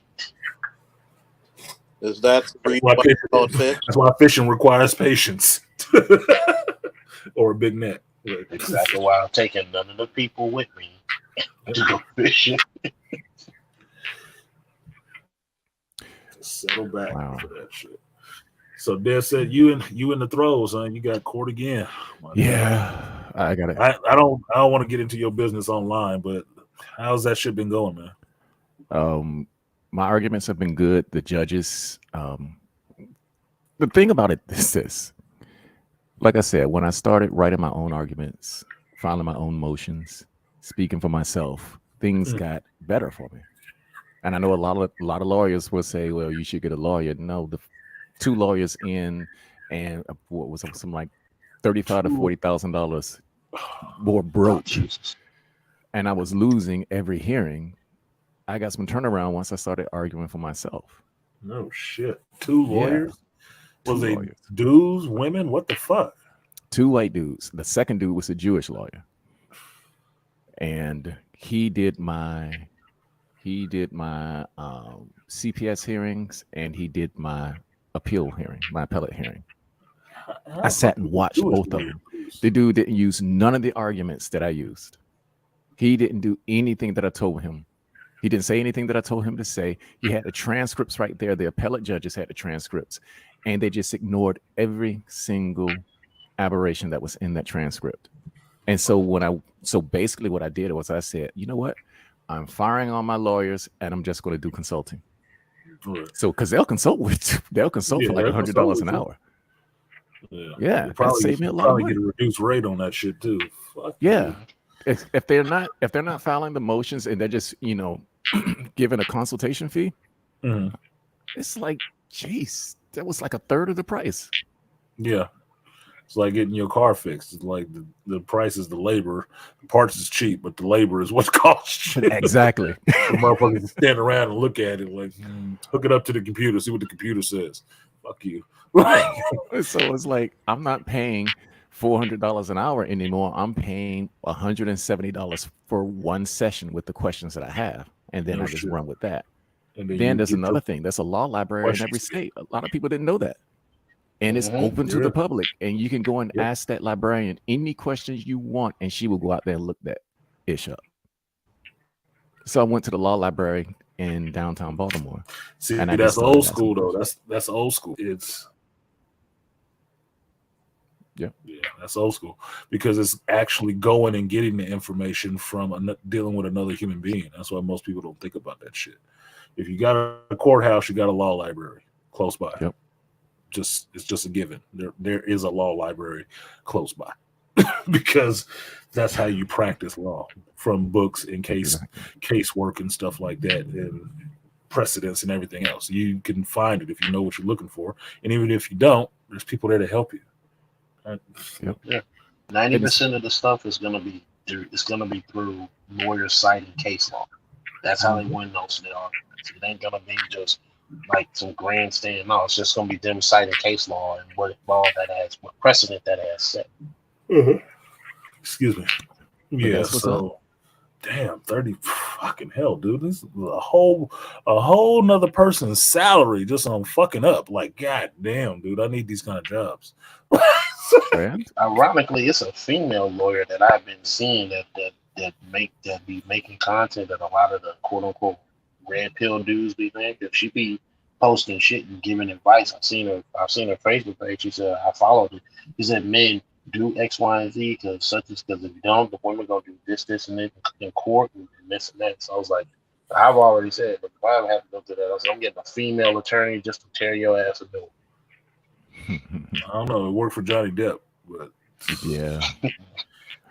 I did guess like- it depends on who you are, who they represent, how vigorous you their gotta- defense is gonna be. All I know is that for women who lie, like especially like my ex-wife does, I just need, because I get to do the cross-examination, so I get to ask the questions. Oh, you better treat her like a hostile witness. Man, approach the like a hostile witness, Your Honor. Let the judge know. Can I treat it like a hostile witness, Judge? Yeah. I just had that trying to get an answer to one question. And I can ask y'all this question. You can answer it yourself. Is upset an emotion? Or excuse me, is upset a feeling? Yes, it is. Oh, that was fucking easy. That didn't even take 0.3 of a second, dude. The Flash couldn't get there quicker than that answer. That was it. I got a whole bunch of fucking angry curse words because I'm asking one simple fucking yes or no question. Yep. And they're trying to find a way to wiggle out of the fact that, yes, upset is an emotion. So, yes. That was right, nigga. We'll just say that. You can be upset about it, but it don't change the fact. The other fact is that her lawyers, they're not interested. I mean, let's face it, the lawyer really don't care about you. They only care about getting paid. They do not know the intricacies of that case. Yeah. So when you ask the questions, like the last time I brought up questions, the lawyers had to turn to me and look, and they was like, we didn't know about that. I'm like, she was not going to tell you that, but here's the evidence of it. Well, you have to think of it like this. Who's really invested in two black people going through custody and divorce? Nobody. They don't give a fuck about that shit. They don't give a fuck if your whole house burned down. Exactly. They there to, do this job on this case. You hope you get a lawyer that gives a fuck, but that would have to be somebody who actually personally knew you to actually care that much, or just somebody who really cares about their clients like that. Most of these motherfuckers, it's just what they doing. It's just what they do. It's Tuesday. This is your case. Okay, whatever. Fuck. Yeah. We got to follow these motions. We got to do. Yeah. Okay, I got it. Sit the fuck back. I got this. Like, that's exactly what it's like. Yeah, like, come on, man. You don't even give a fuck. If you don't care, how are you going to provide any kind of vigorous defense or really work my case like it matters to you? It doesn't. It shows. There's a whole documentary talking about that called, I think it's called like Divorce Inc., Divorce Incorporated, where they talk about how that's a whole industry. Divorce is a whole industry. There's whole firms that make their money off just divorces. Well, it starts even as far as with the wedding and the wedding planners, and it's how it's all tied in together with the money. And that's why they call it Divorce Incorporated, because it's based off all these other businesses that are tied into everything. The ancillary businesses that crop up around marriage and divorce. Mm-hmm. And all of them is waiting after the divorce. So that's why they push you towards a divorce, because that's where everybody else get paid on that shit. Mm-hmm. Outside your wedding plan, person you buy the ring from, the venue, all the rest of that shit. Once they hear that D coming, it don't mean if it's 10 minutes after the ceremony, they're like, "Oh yeah, motherfucker, get in here." We got child support, we got alimony, we got palimony, we got the car, we getting all that shit, nigga. It just ended up being a whole bullshit. That's why, for me, I don't agree with having an overly expensive marriage. Like, you might as well save that money on the divorce. You're gonna need that for the lawyer. Save that for the retainer. Look, you should get less. You should get less money the shorter time you was married. You should have to earn up to that shit, like Janet Jackson was having to earn up to that Saudi man's money when she had that shit. Kids like, no, if she leave before this time, you don't get shit. So you gonna wait for this payout. Keep pulling that wheel on that one-armed bandit to get this payout. Oh, that was just like remember Mariah Carey did the same group of shit. She was trying to sue that old boy for dating, and I was like, you weren't even married to the motherfucker. No shit. Mm-hmm. But there was one time when I was in court where the magistrate did something so egregious that my lawyer just got pissed off. I mean, really? He was arguing with the guy because basically the other side, you got 10 days. I mean, well, here in Maryland, you got 10 days to turn in all your evidence. Mm-hmm. They turned in that evidence on the day of the trial, and we didn't even get to see it. Yeah, so you don't get no what is that, discovery or whatever? Yeah, you don't even get to review the shit. So that was a discovery. Courtroom, fuck you. Yeah. So that was a discovery violation. Mm-hmm. So he was going to do a motion to eliminate, just to eliminate the evidence. Yeah, kick all that shit out. It's too late. Fuck you. Yeah, the magistrate took the evidence anyway, and we was their cornerstone evidence. And because they didn't do, because we didn't get a chance to view the evidence, what they said happened was impossible because my children were not even with me. Right. Yep. And so I took that back to court.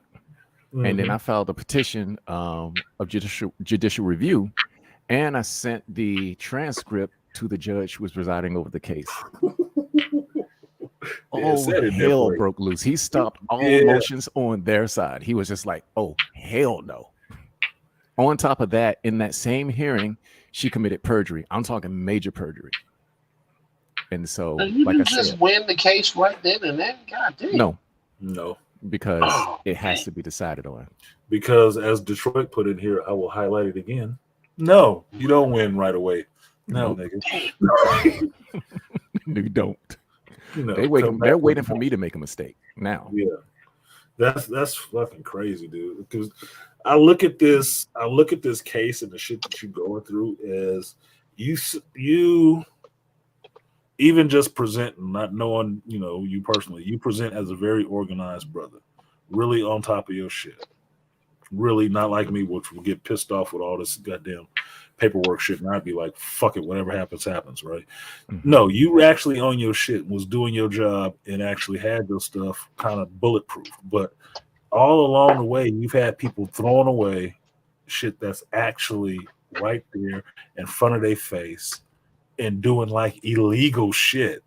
Yep. just to deny you what? Like, Jesus Christ. This is so fucking ridiculous, dude. It's like, I think BGS said it best. Like, what's happening to you is like everybody in the mountains feel like, nigga, that's fucked up. What the fuck? He getting fucked? That dude? He got all his paperwork. He on top of this. What the hell? Yeah, they threw that out. What? How? Just because the judge wanted to. Oh, fuck no. They gotta go. They gotta fucking go. Because if they doing that with you, they doing that with 50 other people too. Just over on a whim. That goes back to what Des said, brought up that TLA thing that he did with Just Pearl on Valuetainment. And yeah, one of the things when the guy was like, well, why, how could the judge, he said, because like TLA made explicit because judges are people too, and they have their own biases. And if sometimes they will do things on their own decision. Yeah. And like that's kind of like my aunt. What my aunt said, she was like, she worked for CPS for like almost 30 years before she retired. And one thing she used to get sick and tired of how like whenever something would happen to the kids, like the kids get killed with being with a parent or something like that. One thing my aunt would say, she said, it's not our fault a lot of times. She said a lot of times it's the judge that be making the final decision. She said we will argue and try to argue for a particular parent because they'll say like if the kid need to be with the father and the kid get killed being with the mother, they'd be like, look, we tried to get the kid to be placed with the father. The judge didn't want to, and then I remember this one case, the judge got on television and blamed it on the caseworker, and my aunt knew the judge. She said, that is bullshit. We tried to get that kid with the father, and that judge didn't want to do it. But because the judge has access to the media, they will tell that, oh, it's the caseworker's fault. Yeah, don't throw it on the caseworker. That's on you. You the final say. You is the judge. So at that point, it gets into, well, who do you have sitting on the bench, right? But I mean, what state did this happen in? Because judges are not supposed to talk to the media. I know during the case, but this was Texas. Texas. This is Texas. What for Texas? Oh my gosh, Texas. This is Texas. And she said that judge got right there on the news. My aunt waited to that news story, because she said that story had made the news, and she watched that judge. She said that is bullshit. We told that judge not to. That kid was in danger with the mama, and to give the kid to the father and his family, and did not want to do it, and something happened to the kid. Got right on the television after the case and said it was the caseworker's fault. What was that story that was it? Angry Man was bringing up about the mother who deleted the daughter because she loved her daddy. Yeah, who's passing the blame around on that one? Mm. Who they passing the blame around on that one? Well, no, we did everything we were supposed to do. Bullshit. You know how I know you didn't? Because this kid's did. You didn't do your job somewhere. You had more interest in trying to keep him from being with his child than actually listening to the child and common goddamn sense where the place was best for them to be. And now look, that's on y'all. Look. But you know what? It's still on top of all of that. I still think parents betray is a good thing.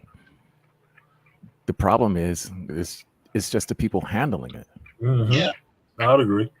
I would agree in the sense that I do believe that, like I said, if I ever ran for political office, which I never would, because I would really not get elected. But if I ever ran for a political office, one of my things would have been family court reform, right? Mm-hmm. Child support reform, family court reform. I do believe family court is necessary, and it is important, right? But got to change the people that's in there.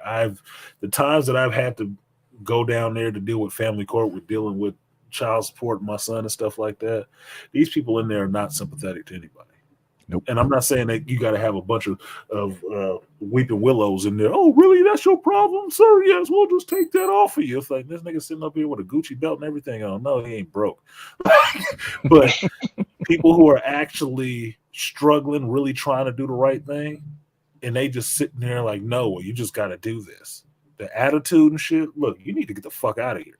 This is not the place for you to have your pissed off attitude that you want to just get back at folks for.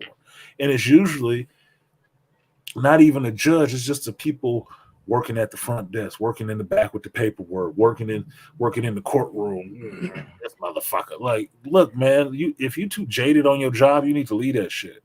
Mm-hmm. If you don't like customers, you don't work in retail. I'm serious, y'all. You need to cycle in and out that shit sometimes, because you will get too jaded where you'll just see everybody as being fucked up.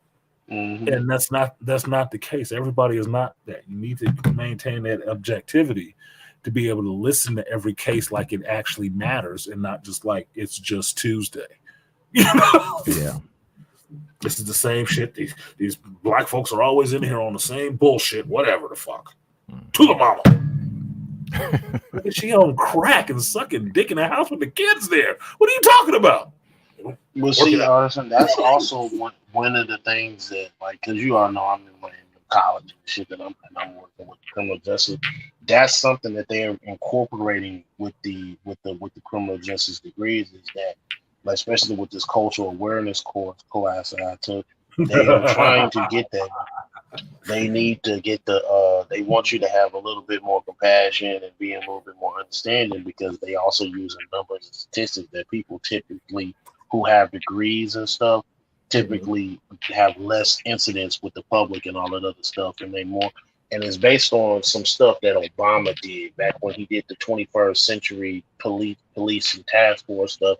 And so because he passed a policy that was trying to encourage officers and people who was in law enforcement to go get their degree, and the government will cover because they want the people to be a little bit more compassionate. I'm like, yeah, that kind of makes sense. They need some of these goddamn people to learn something is what it is. Is that I said this when I've tried out for the police force and sheriff's department before, right? And I said this about when somebody asked me about police in neighborhoods that you don't live in. So I think the police officers should live in a neighborhood they police because otherwise you have people from outside this community, outside this city, working in the place that they don't actually like and they don't care about the people there. They look at it like they go into the fucking zoo. The only difference is they get a gun while they do on safari. No, they need to actually have roots in this community so they understand the community that they're dealing with so they're not coming here like, oh, I got to go down here and be around these niggas. No, stay your ass up there where you at. Police people that way. Or get down here and understand who these people are and treat them like people and not like they're a bunch of fucking animals. I don't give a fuck what neighborhood it's in. You need to have some vested interest in that neighborhood. So it's a little different when they say, "Hey, Stephen, Officer Cahill, I kind of with me, but I know where your daughter go to school at, nigga." Okay, I kind of disagree with that because one, it's simply because of this. When you deal with a populace, and most people are ignorant as fuck. I hate to say it, it's true. Agreed. And the first people they try to rob or break into is the people who have something in the house. Mm-hmm. So a lot of people don't like it because the first motherfucker when you try to live with other people, you try to help them out, they always rely on you to fucking, basically get them out of their shit. You're like, nigga, no. Like, you gotta do your own thing. You gotta be an adult. But even when I lived in the city, it did not pan out. So I'm sorry, there's a lot of times I will tell people, fuck what you heard, fuck what you mean. With that. Yeah. I would say for a big city, it might make it a little tougher. Yeah, it's more challenging. My city is pretty small. I think it's maybe 100,000, 200,000 or something like that here. So everybody pretty much can find out about each other, right? For me, it makes it a lot easier if the police officers have been part of this community than they coming from the suburbs a couple cities over, and this is where they come to work at. They ain't had no experience with you. They ain't never been down here. And so now they down here with a pistol. It's like, who give more people? The hood dude with a gun in his trousers or the scared motherfucker with a gun in his trousers? Probably the scared dude. They've never been down there. He don't know how to react. Like, perfect example. I was just in San Francisco. I'm not a San Franciscan. I'm from Richmond, right? I'm from the East Bay. But I don't have a problem walking around San Francisco because I've had the experience of being down there. I understand the vibe of the place. So I'm just down there strolling, alleys and everything else, not worried about the shit. But take one of these tourists that ain't from here, don't know these streets. They scared. They walk around here drenched in fucking fear. Well, that gonna come out and come looking for you. Now you Before- make that person a cop in that neighborhood, somebody gonna get shot. Somebody gonna get fucked up. Well, this is what to solve that, because I even in the classes I can remember actually some of the assignments and reports that the projects that we was having to do was create something that you could educate the officers on, or set up an event and hand out and create like the forum and the flyers and stuff for them to come so that the officers can get to know the community, because that's the bulk of the assignments. Fuck Yeah. the I was sitting there because I'm Charles, dude. I was sitting there. I said, okay, how much? I said, this is not going to work all the way, but like, I'll play along with the assignment. I'm going to tell you now. Yeah. Tell a guy I experience with the community, fuck the community. I'm like, I agree. See, that's that jaded shit I'm talking about, Charles. That's that jaded shit I'm talking about, Charles. Community is a fucked up cesspool place, and we need to treat it that way. If you wanted it better, I understand why you had that view, because you've been in it for a while, right? I mean, it looks like Call of Duty to me. Look, like Call of Duty to you, goddamn. But I realized that from being in the shop for a while and working retail for a while. I came in idealistic that, customers can be cool. They can be assholes, but they just got to be nice and whatever. I left there understanding that certain customers just want to come in and be assholes. Plain and simple. They just get off fucking with service people who work service for them. And they really have that issue with they really want somebody that they can talk down to. They do. And that's people in general. People that have a lot of no power are usually the rudest ones. Because that rudeness is their fucking imitation of strength. It's not strength. Because you're only pulling it with people you think that are beneath you. That's it. Until you find out that they're not beneath you. You actually lower than them. That's why you pulling that shit. So I don't begrudge officers for getting jaded. I just know if you find yourself to the point that you're really getting jaded, that you're seeing everybody as the same, it's probably time to leave. Time is up. Here's the crazy part about that. You try not to see people as the same, but they do the same shit. They do. I understand that. I'm a psych major. I understand people traditionally do the same shit. They got whole tests on this shit. You can figure it out. Like, yeah, like what 1,000 times out of 2,000, these motherfuckers did this dumb shit. Probably 1,700. Always do 2,000. Yeah, 1,000 times out of 2,000, 50% of them will always do this. What does that mean? Extrapolated to a larger population. There's a lot of dumb motherfuckers out there. I'm sorry, that's the short version. We don't need to write the whole paper. Like, nope. Some people will always go left. They'll always go left, no matter what. It don't matter if you got signs, cones, caution tape, a burning fire, and everything saying don't go that way. They still gonna go left. Well, maybe you don't know what the hell you're talking about. Bitch, don't you see all these signs? We ain't doing this shit for show. I'm gonna tell you how many times have I seen that? It was like when I was doing safety at McLean, and dude comes in with his truck. He done took the top of the damn trailer off, and we're like, "Didn't you see that sign that says 1110 Bridge, a quarter of a mile away?" And it tells you right there, the sign right in front of the bridge where there's an intersection, no trucks. No trucks. And the dude he thought the sign might have been wrong, right? Yeah, it's like, wait a minute. Oh man, that's just like my first job working in a grocery store, and people didn't see the damn coupons right next to the sign. They just see 3 for such and such time. Right underneath the numbers, it says with coupon, and they could said this and this and that. I'm like, look, and I would go back, grab the coupon, or they were gonna follow me and try to prove me when I was doing the price check. And I was like, go grab a coupon and don't say nothing. I said, here you go. Look, I will quote the great Negro poet from the Manosphere, the Grinch, and say, niggas don't read. Okay? Niggas do not read. And in general, people do not fucking read. They don't want to read. A short story my buddy Ron and I was telling y'all about before. He was proving this to me because we were having a laugh on this shit about him working in customs at the airport. right? He works at the airport all day. He's on the same runway terminal the whole time. People coming off, they're coming here. Haven't been to San Francisco before, none of that shit. They're coming off the terminal, they're asking him a question, where to go. He tells them exactly where to go in military precision. You go down to the end of this corridor, you take a right, and then you take a left or whatever. What the fuck do? They get down that corridor, not 2 minutes away from him, and turn left.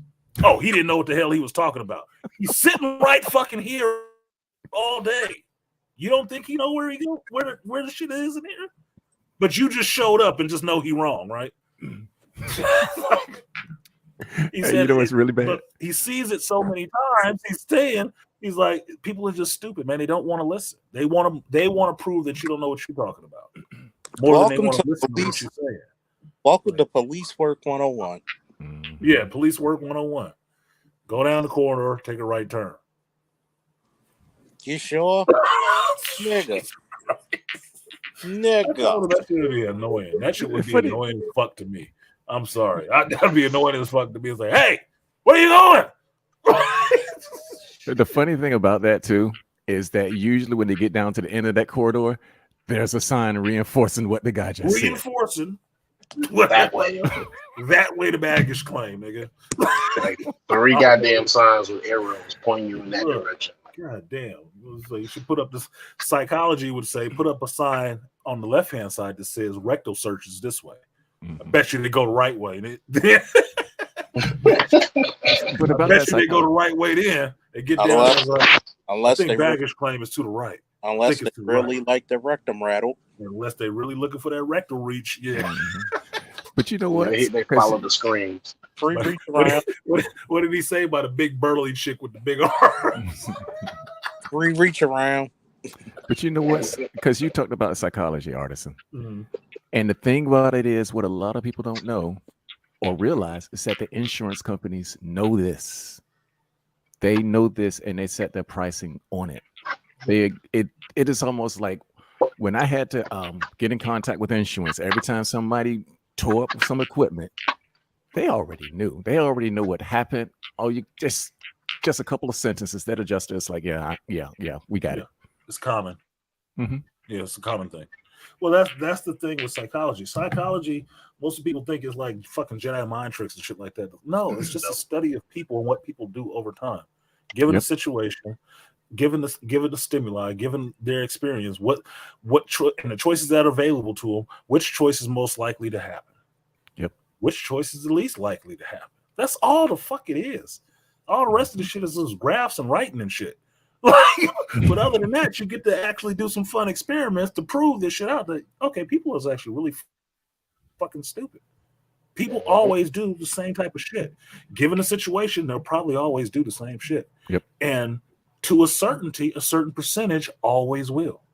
Always will. It doesn't matter who you're talking to. So it's not that it's a fucking trick. It's just studying people and letting people react.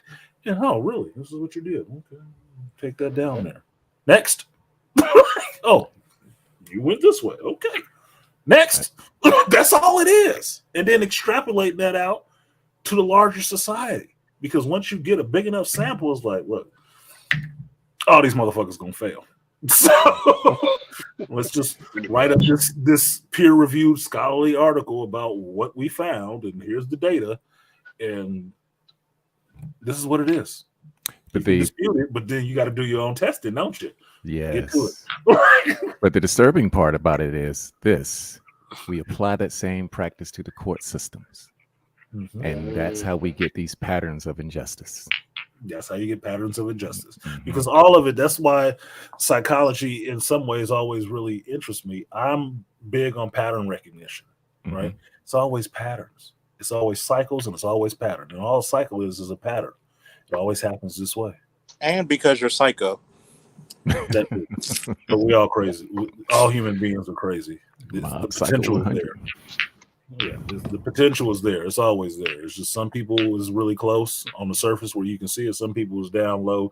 You got to fuck with something they really love before you see them go completely absolute Wolverine berserker rage on your ass. But it's there in everybody. We ain't that damn evolved. Not yet. Not yet. Yeah, we're the same humans we were 10,000 years ago. Exactly. You just a little smarter. And like, I know what a human 10,000 years ago was. 10,000 years ago, he didn't know shit about me. Only slightly hurrier.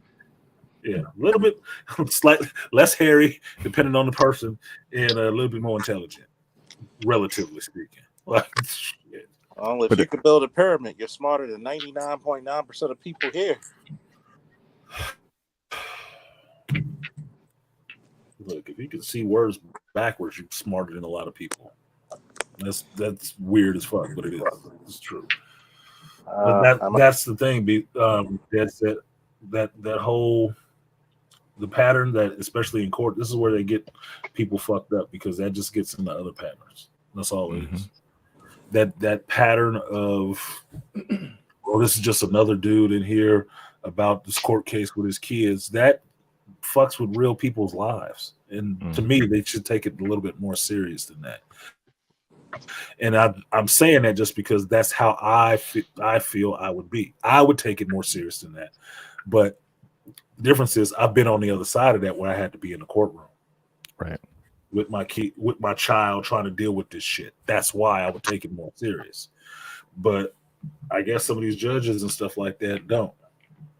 Either they single mothers or never had kids or never had that kind of situation, never lived their life, so they just like passing judgment.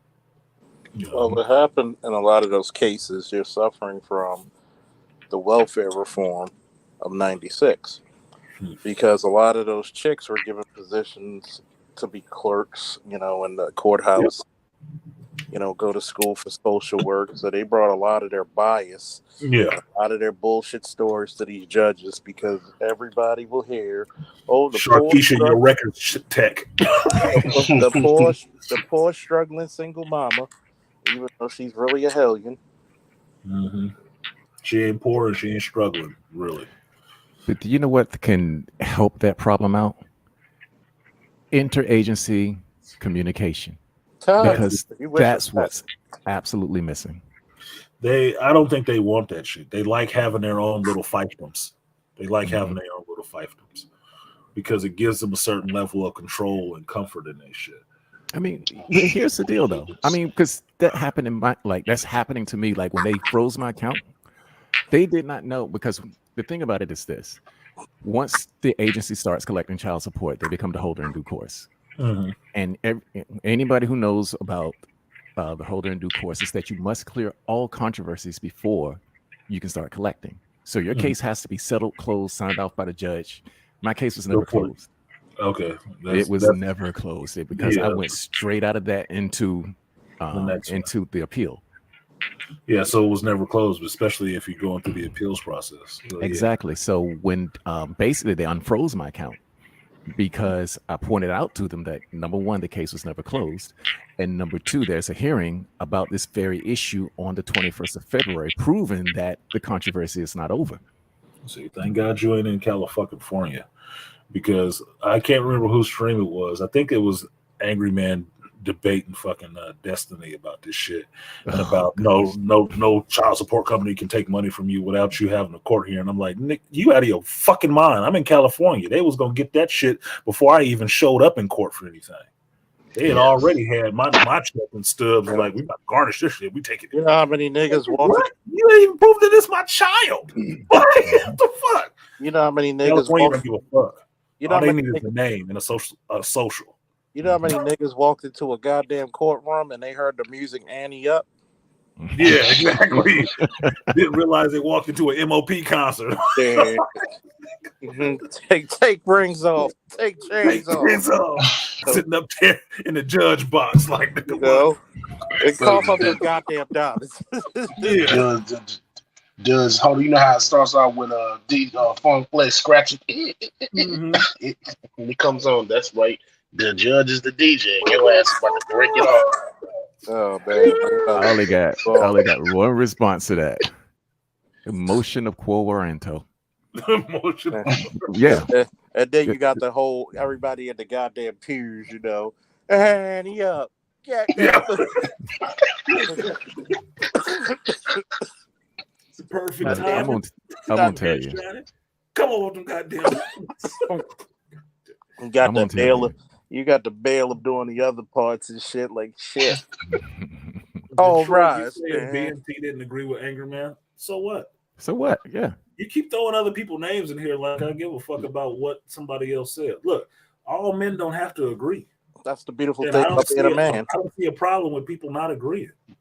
So what? BMT don't agree with Angry Man. I disagree with Angry Man on some shit. I love Christopher Nolan. He hate Christopher Nolan.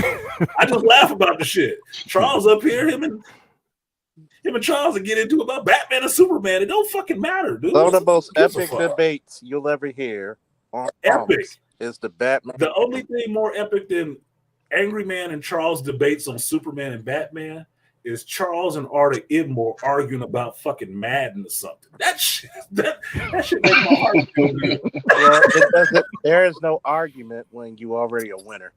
But anyway, I get your point. I saw his ass on PlayStation the other night. I looked at it in the show that he was on Madden. I said, "You ain't playing Charles, are you? You ain't fucking with Charles, are you?" No, he gotta. And then artists end up making me whoop somebody's ass. He like, who you losing to? And then I had to score fucking 2 with more Charles. Saw touchdowns. him on there. He playing Madden again. I'm fucking Madden King. Who you losing to, Charles? And then I ended up scoring. And then I came back and scored 2 touchdowns with that motherfucker. Well, you're welcome. You're welcome for that motivation. For that, you off your ass. And for that, I shall show you the mighty Stormbreaker. This nigga, Stormbreaker. What's up? You see my hand? That's a Stormbreaker. This shit is huge. Man, I'm seeing that stain on your ceiling. What the fuck going on with that acoustical ceiling, man? You need a good carpenter? Hey, I'm about to get rid of that shit. You got a leak. Yeah, you got a leak up there. That's a bad leak over time. I know. Sorry, I got skills. I got skills in certain things. I know. Kick it off my OCD. Like, we got to fix that, nigga. The carpenter just comes out. I never left. I was right here. There's mold. On blast, but I saw that shit and it was like, I can't stop looking at it. Yeah. I see the hammer. Use the hammer on that leak. Holy leak. Yeah, that's got to get fixed. Yeah, because when there's a leak, there's mold. Yeah. And I have to fix that. That's it. We don't call it mold. It's discoloration. We don't call it that. That's, discoloration. That's lawful territory when you say that one, the M word. That's lawful. Yes, I see a lot of discoloration here. And it's furry. Let's get this out of here. It's furry. Is that black? I can't tell. I can't tell. I'm not allowed to say what it is. I have expertise, but I'm not allowed to use it. All I know is I didn't have asthma, and now I got it. No. Oh shit! I got this raspy cough. Why my lungs black? I'm sure it's not COVID. Yeah. I'm looking at this. I can't tell you what it is. Wait a minute.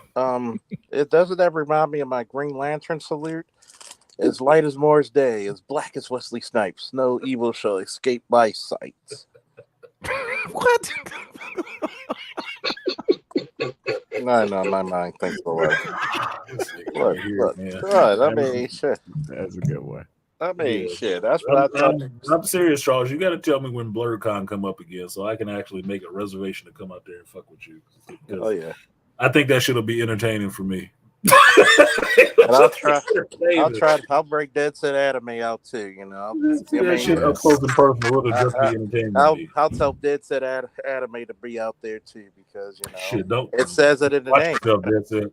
But I already know. I told Charles before about that shit when he first was the one talking about. You got to come out to BlurCon. I said, as long as you don't get me arrested, nigga.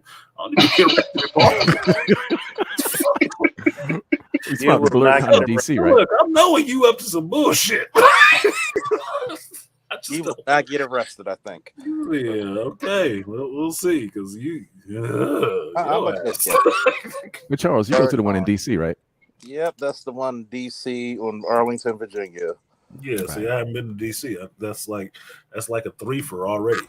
Like I ain't been to DC. I ain't been to a con in a minute. You got 171 days, 11 hours, 46 minutes, and 17 seconds. Shit, if I come all that way, we got to get Dick Fingers to come out too. and that's Doughboy. Oh yeah, he do got penis fingers and breasts. Here you go. Shoot, he only an 8 Here hour you drive. go. What? 6 hour drive away? 6-7 hour drive. Cause he in North Carolina, right? Yeah, Yeah, you're It's only- North Oh Carolina. yeah, he's just a hop away. yeah, he can just take the plane. I mean, it's right by the airport.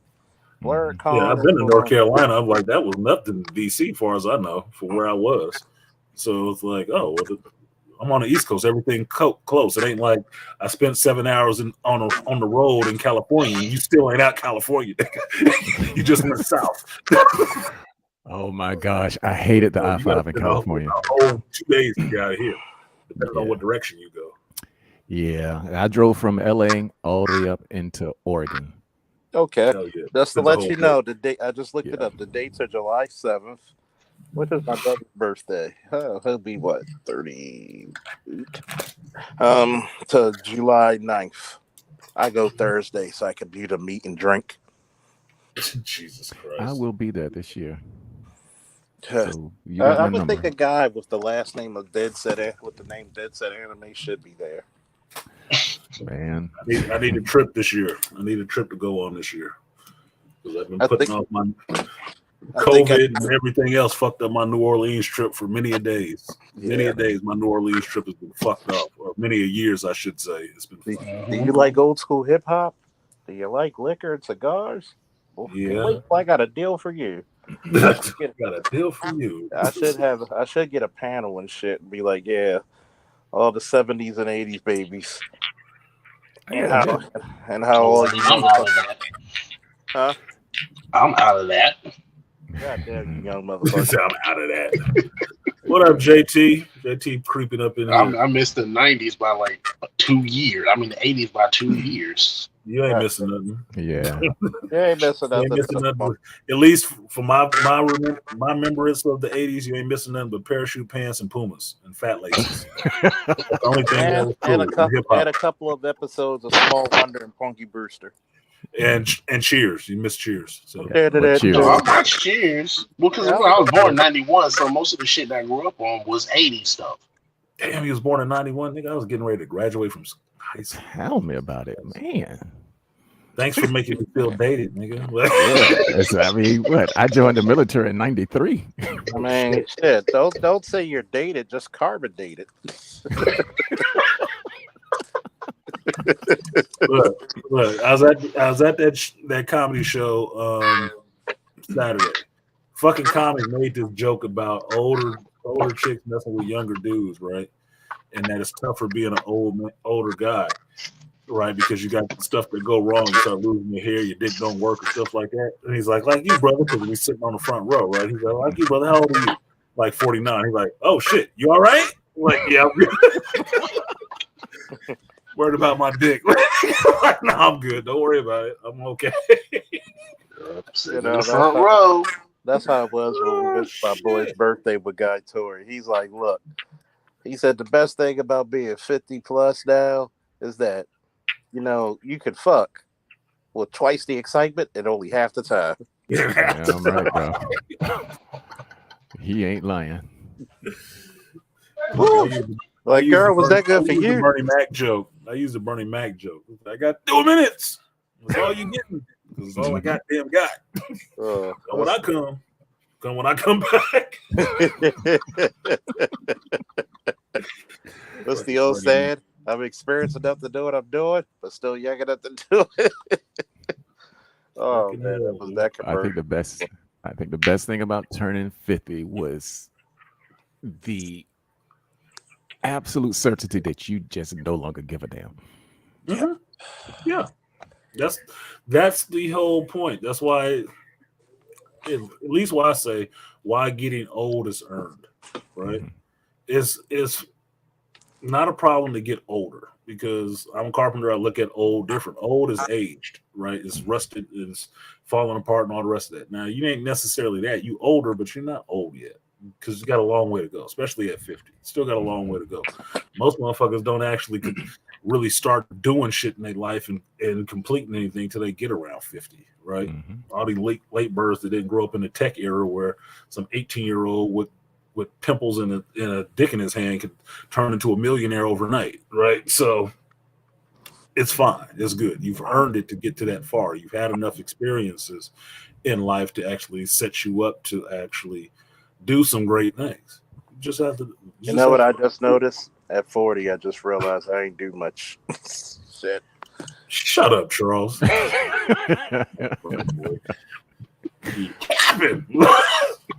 ain't did nothing. I just went to war and all the rest of it. That ain't nothing. There was a lot of people did it. There was a lot of people there. I wasn't the only one. You right. Oh, man. And I had an artisan rolling on Instagram with the little muscle-bound baby. Yeah. Whoa, I told you that was baby Charles. Was that your baby picture? Whoa, buddy. Actually, I was pretty scared. Tell me you swole. You swole. Muscle baby. Is this little Charles? Look like your baby video. That dude was. What was his toy? Since Charles and Beasley is here, I'll tell you my and since JT in the building, I'll tell you the joke, my dirty comic book joke. Oh, so I'm standing there, I'm meeting JT and Chris's friend who runs his own comic book company too, right? What was it? MPL or something like that. I had my button. I lost my button. Fuck. Anyway, and he was saying that I was like his Nightwing to Batman, right? Because he's thinking he's younger than me. I'm really younger than him. He don't know how old I am. I just look young, right?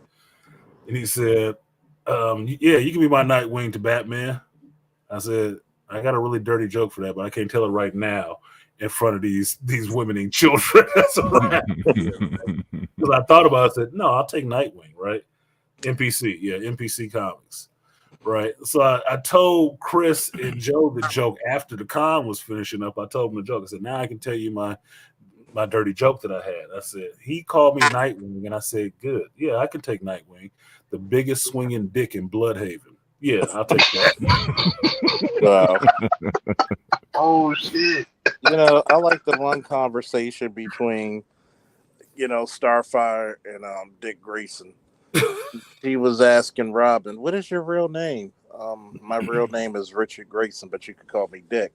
How do you get Dick out of Richard? Only if you ask nicely.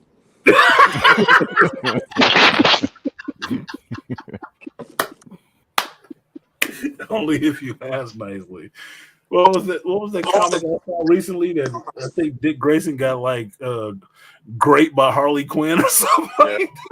Oh yeah, it was in that animated fucking movie. She had him tied up, and he was like, "Boy Wonder, all grown up." He was like, "Now Harley." He said, she hit the lights on his ass. Yeah, He like turn on the lights, and then he look at that Bruce, and Bruce like, "You fucked it, didn't you?" It's not what you think. It's not what you think. I knew you fucked this dick. I like that artwork. You didn't come soon enough, Batman. That's the reason why most superheroes could be black. Oh no, Harley Quinn. Oh no. Oh no, I subdued her. How? She got one off. Oh, wait till I say you the one about superhero sayings told out of context. Oh, go ahead, lightning's my thing, but you never had black lightning. You never had black lightning. Oh yeah, from the what's the name show? The Young Justice show.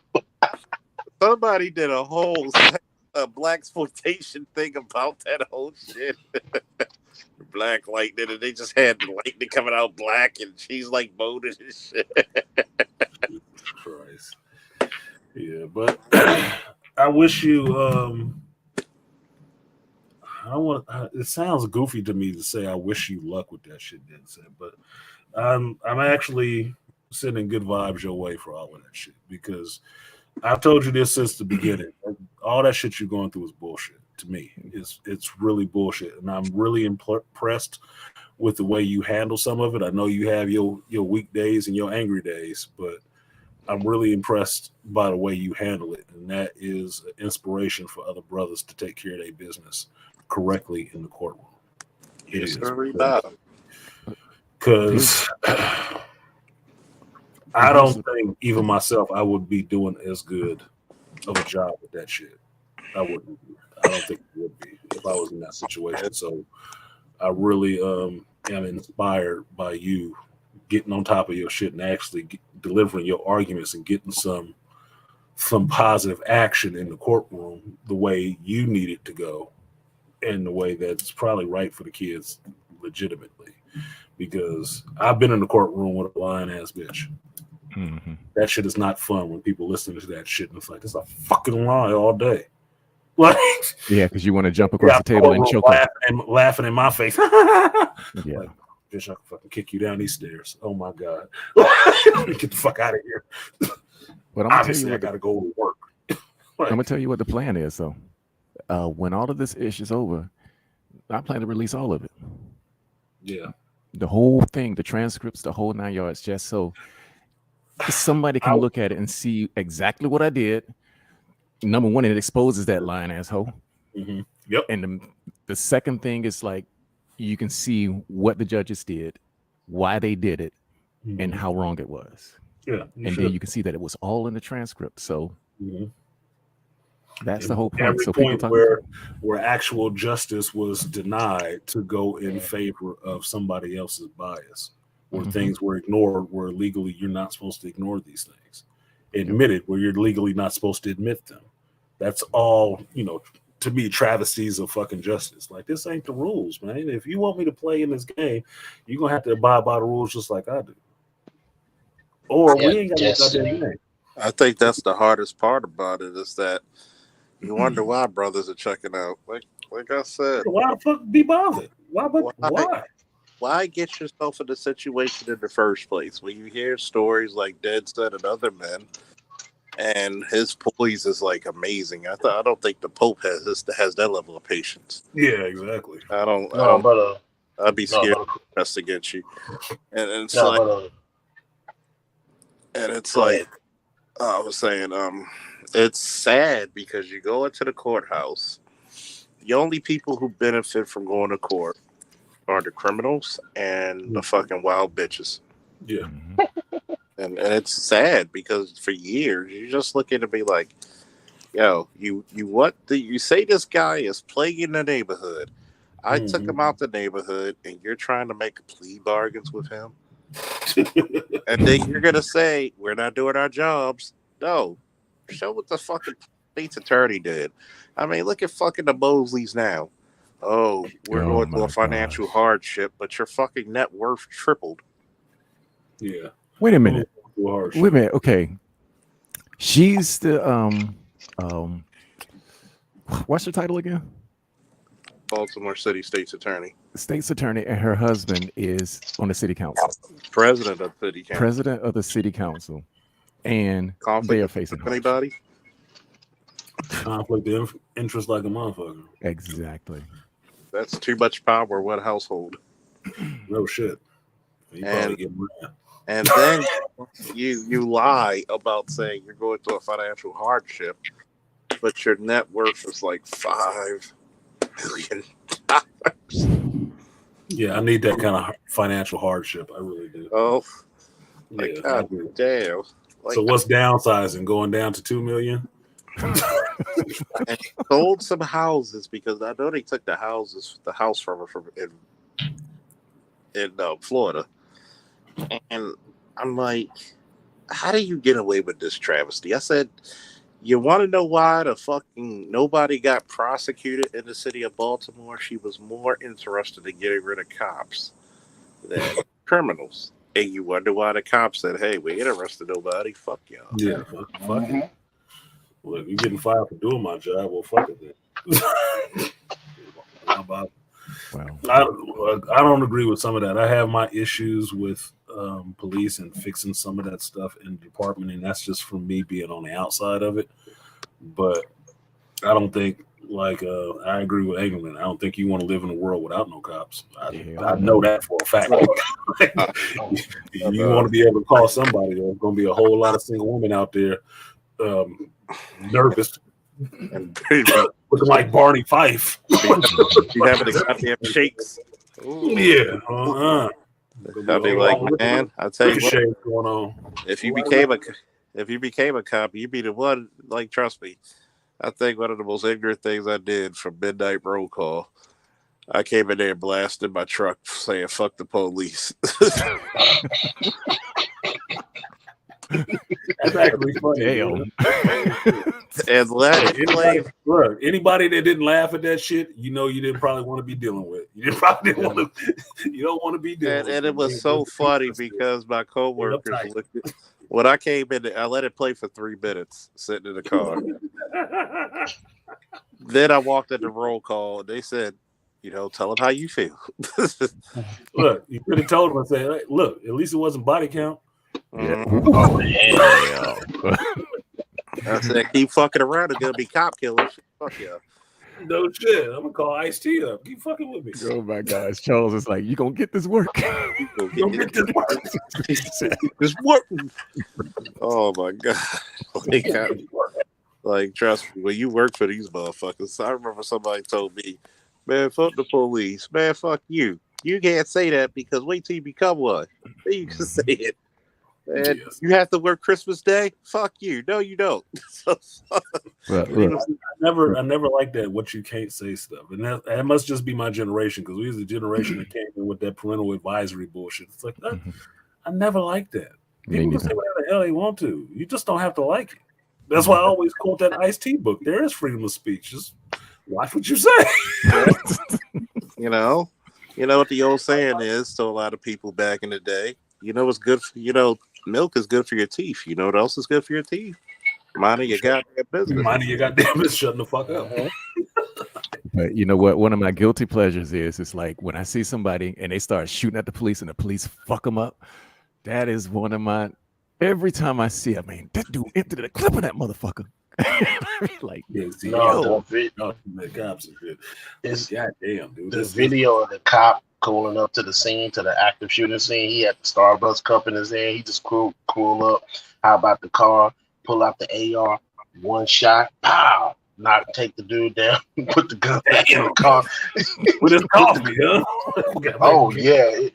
Charles, you ain't seen that? You seen that video, Charles? I have not. Please send that video to me. I want to see it. Wait, is it on YouTube? Please send me that video. I'm gonna tell you.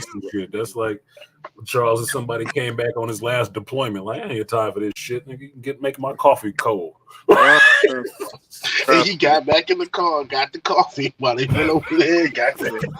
Shit, like I mean, shit. There are times you might have seen me like, playing the Stone Cold Steve Austin thing, going to a call. So, everybody just looked at me like, I don't know what this motherfucker's on, but I don't know what he on, but I think he full. I've seen some really interesting feats of, I don't know, marksmanship. This one cop, the guy jumped out it was a traffic stop. The guy jumped out the damn car with a machete, and the cop backed up real fast, and he was falling backwards and shooting at the same time. And got the guy 3 times. I said, damn. I remember seeing something even wilder than that. Tom Cruise shit. Yeah, I remember seeing some wilder shit than that. You had some cops in fucking, I think it was either Africa or Jamaica, and it was like, dude had a machete, and he swung it. The cop caught him with the perfect fucking arm, like the flying bear. That's what it's called in like wrestling.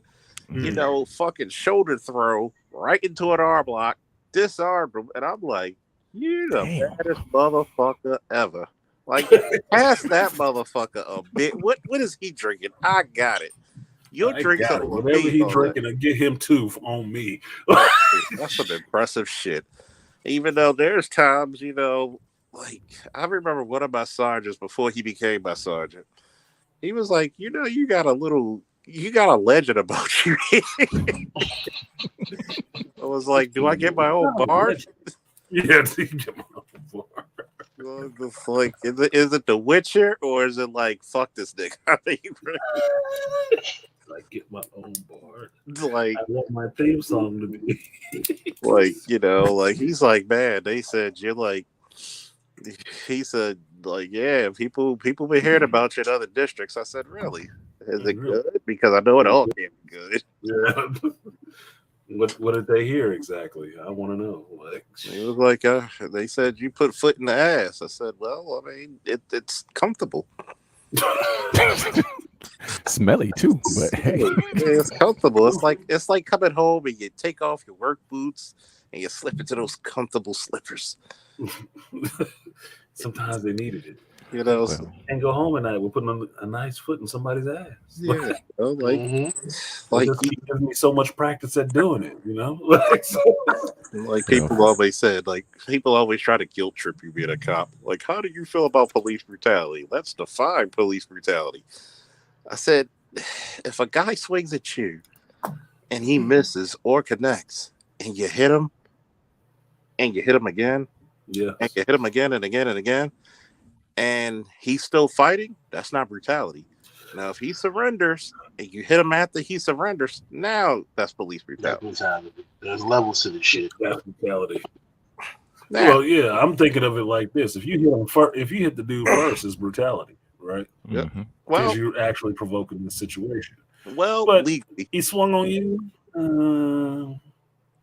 well, I don't know. That's a gray area, but I'll you put it to should you. expect that you're about to get fucked up. I'll You put it. kind of should expect that shit. I'll put it to you this way: when I first joined the academy, it was legal for the police to strike first if he's showing signs of aggression. Mm-hmm. So Okay. if he's Okay. showing signs like ball and fist and all that, you're not gonna like a reasonable. Ultimo shit. Hit that nigga. Sneak that nigga. I don't give a fuck. Free fight indicator. Actually, said You we look like you want to go. Sneak his ass. like we'll just be like, steal this nigga. Yeah. Mhm. Steal this nigga. Steal on him one time. Especially when a guy swings and he misses and you give him one of those good old fashioned John Wayne's. Ah, oof. John Wayne roundhouse punches. Bah. Over the bar, motherfucker. Yeah. Like time for some womanizing. It needs to be a clip. Time for womanizer. Like, oh my god, it's like I'm not gonna tell you like it. My first 2 to 3 years, it was like you're fighting every fucking Friday. Like you're like, dude, I just got Friday night fights. Friday night fights. like, man, I just got my fucking uniform out the cleaners, motherfucker. They're like, See, no, we I- gonna I do tell this. I tell you, Charles, my buddy Pep is trying to get me to apply with the sheriff's department again out here. And I told him I'd do it, but I got to run, and I ain't got kind of fat. And I got fat for me. I'm not like bloated all over the place and shit like that. I just got fat for me. I used to be a little more six packy, right? Now it's a little baby keg, right? So I got to get in shape to do this damn running there. I know I can pass the rest of the test. I'm not even worried about that shit. Even an interview, I'm not worried about it at all. He keep trying to get me in here, and I told him, I was sitting there talking to him about this shit. I was like, dude, I really don't think I'm probably the one for this shit. Now he's thinking of it like you think of it. You get more brothers in there because they need people. Everybody's retiring. Everybody get out. You gotta have somebody there doing the shit. You might as well take it because they keep promoting all these chicks that want to getting promoted. You know? So, They don't even go up. They go balls deep. yeah, shit. Balls. That story. They go tank deep. This California, San Francisco area. It don't matter. It don't That's matter. the reason why they call it the San Francisco treat. Oh, my goodness. That's why they call knee pads San Francisco tennis shoes. Jesus. Okay? That's But nasty. them motherfuckers, they going ovaries deep. Oh, Fuck yeah. the ball. I tell you, it's a good look. Don't matter. You make a pretty good cop because you're sensible. That's and plus with That's your what he was wisdom. saying. That's what he was saying. You deal with. I said, man, I don't feel like being in there fucking with the people all night. He said, look, man, I tell them the same shit. They on they in their little pod. I don't want to hear no shit. You have to see Pep about your size, right? Dark skinned brother about your size. He do that shit. He said, I don't want to hear shit. Y'all getting your racks and just shut up tonight, okay? And he go in his pod and read his comics. Like it was so bad, right? I guess it's a good come thing. in there, you getting fucked up. It was so bad, right? I guess it's part of good community policing because I was doing community policing before there was even a term. there was a comic book shop. This Jewish family owned this comic book shop. Knew them for years. Even my son came over. We came over their house to barbecue. Man, that was some good damn steaks. And it was funny. They sold the store to one of their good friends, and it was so funny. I remember just reading some of the, Wednesdays when Wednesdays when the new shipment comes. New book, yeah, new book. And they would have the forbidden table where they have to like decipher all the books, and I'm like, ooh, I can read them, but I can't buy it yet. Shit. Right. Just hold this for me. Can't buy it, but it's forbidden table. So one of the security officers from Belvedere Square actually looked and saw my car and knew exactly where I was. And it was 3 people who robbed a store in Belvedere Square. And I'm like, well, Dead said probably does, but if you know where I'm at, you probably like, God damn. And it was like, I see these 3 motherfuckers taking heavy shit out the store, and I'm like, they like 3-4 blocks away, and I'm like, sit your asses down on the ground. They're like, what if we run? So, you see this nightstick? I will throw it like Mighty Thor.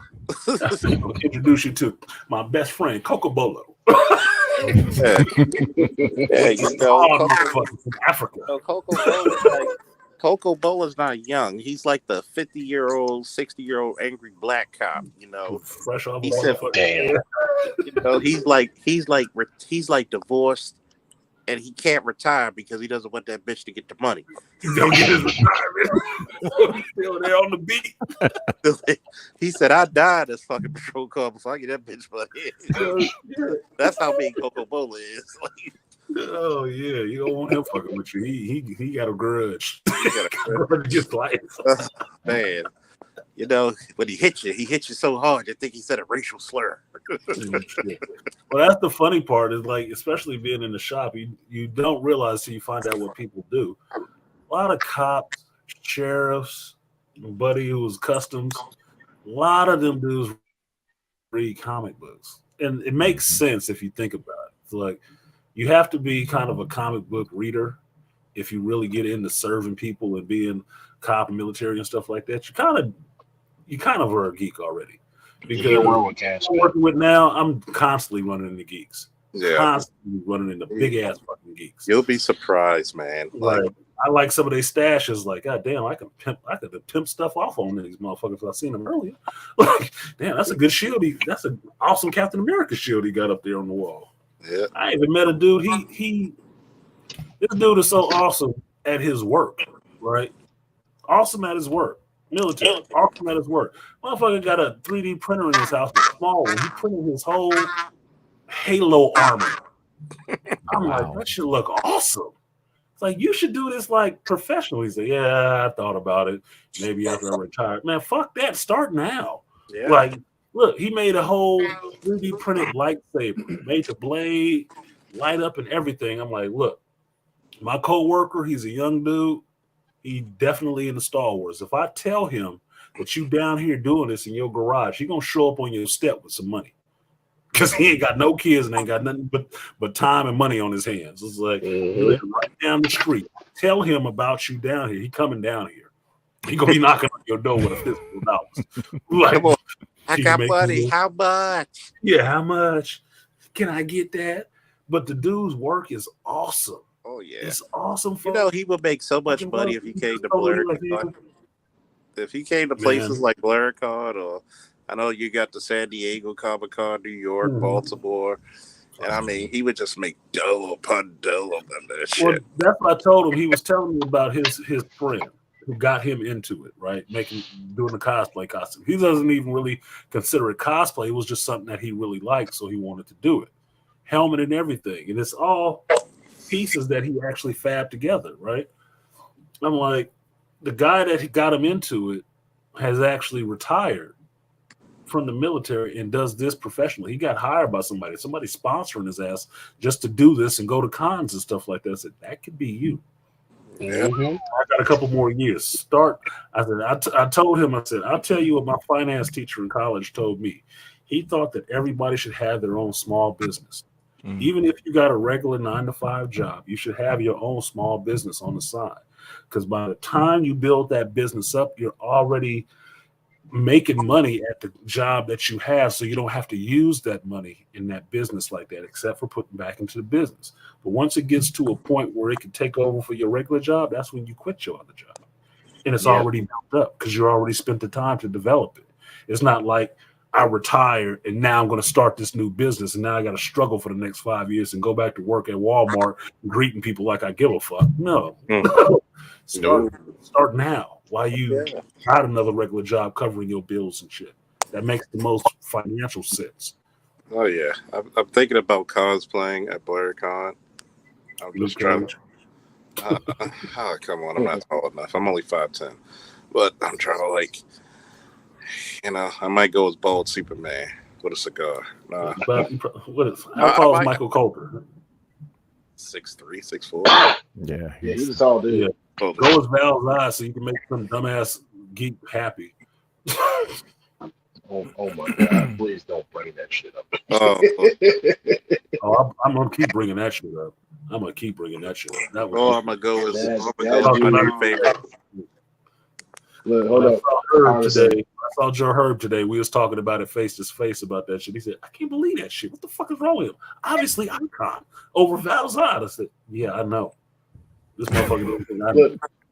Look, Artisan, the reason why I didn't respond to that dude, I was like, and I thought it was dumb. I was like, it was 2:00 in the morning and I was trying to go to sleep. And he just kept responding. I was like, bro, I'm not going to freaking argue with you. If you don't understand why you completely are missing the point of everybody in this space. From you to Charles to Dr. T to Angry Man, like you missing the point of why it's more important to see Icon before a Val Zod. Well, no, Beastly. Val Zod could open the door for Icon and Static and all those other guys. No, nigga. No, that's not how it goes. This is a union, and he ain't paid his dues yet. Fucking character didn't exist till 2014. Go fuck yourself. Exactly. I've been around since the 90s. No. Exactly. And then he's a conservative. And that's basically, Charles, that was his main thing.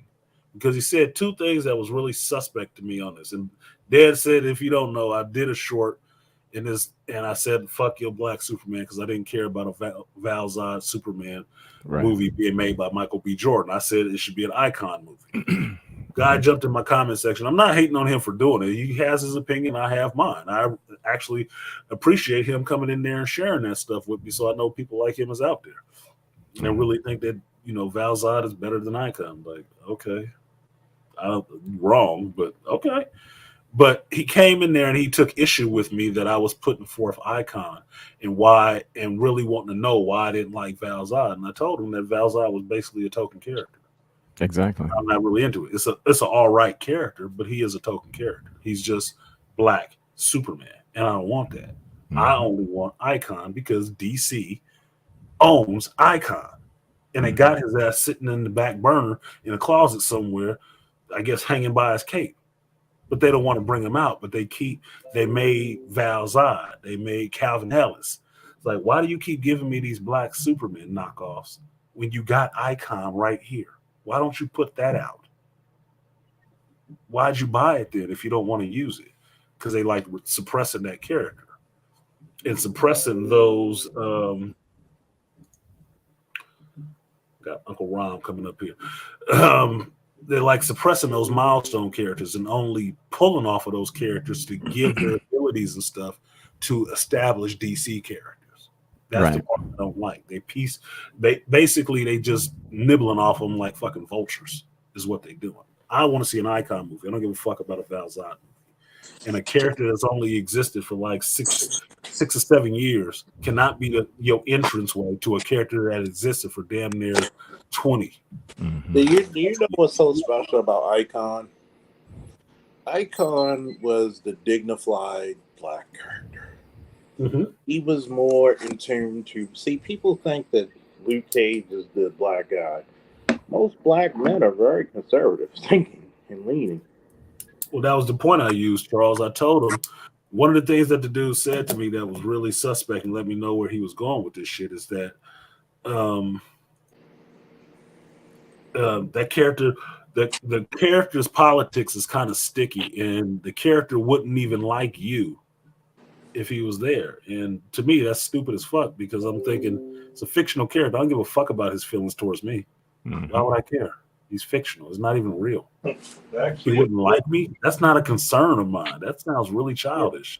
If he did exist, he would actually be for the Black Manosphere. He would be like, finally, you're standing up and talking for yourselves. I think he'd be Red Pill. He wore red. His cape was green, but the rest of that shit was red. Yeah, well, he also said something that was objectionably false in our conversation. He said that all black characters are token. I said that's bullshit. And like he used Vixen. I said Vixen ain't no damn black Wonder Woman. I said, then explain Nubia.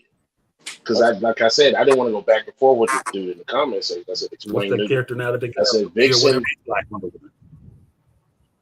Yeah, I said Vixen doesn't even have the same powers as Wonder Woman. Vixen is an original character. I mean, Vixen gets her powers from a totem that's part of the, primordial energies of the DC universe.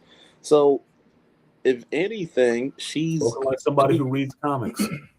Think about it. Vixen is what every black woman wants to be, a jet setter. Yeah. Mm-hmm. Like, you can't even look at, like, here's the crazy part, right? When people look at Val Zod, they don't even know where he comes from and what universe he comes from.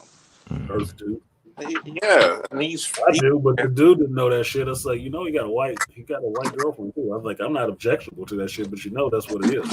Yeah, he has a white girl. He has a white Kryptonian like Michael B. Jordan sometimes. The master of the dip and dabble. dip and dabble. Hey girl, don't mind me. This dick is for everybody. It's E for everyone. The B is for about everybody. Mm-hmm. Just be about it. Yeah, so that was one of the things basically that pissed me off, because he was wrong, out and out objectionably wrong, and I can't say that he was lying, because then I'd have to prove that he knew better. But what he was saying was false as fuck, right? The other thing was the part that I pointed out, how he was low-key shitting on every one of those characters by lowercasing their names. But capitalizing John Stewart, Hawkman, all the rest of this. But Will Smith, Aldous Hodge, Icon, Static, none of these proper nouns get capitalization like these other ones is getting capitalized.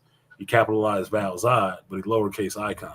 I was like, that leads to your inherent bias against these characters. And how when it starts circling around the politics of Icon, and like, I don't give a fuck about the Icon being a conservative, because as I remember, he grew up in slavery and came out of it at that time where most black people was Republican. So why would that even bother me?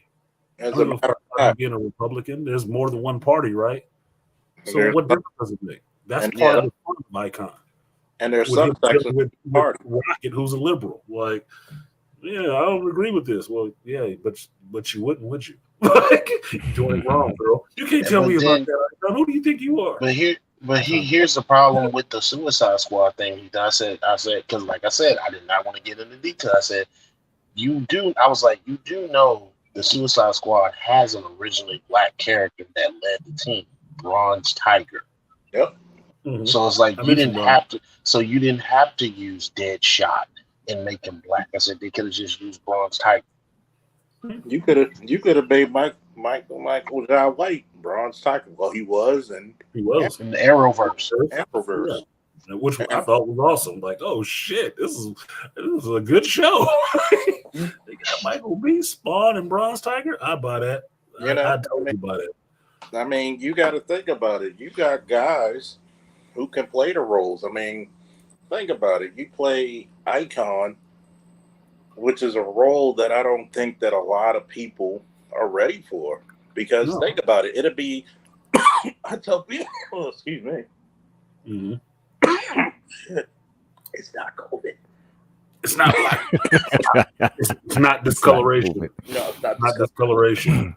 It's that mold, man. I was eating not discoloration. Dad said it's not discoloration. Just clean it with this mold cleaner, but it's not discoloration. No, I It's was not. It's I was coloration. eating something, but no, it's funny because when you listen What's to her name?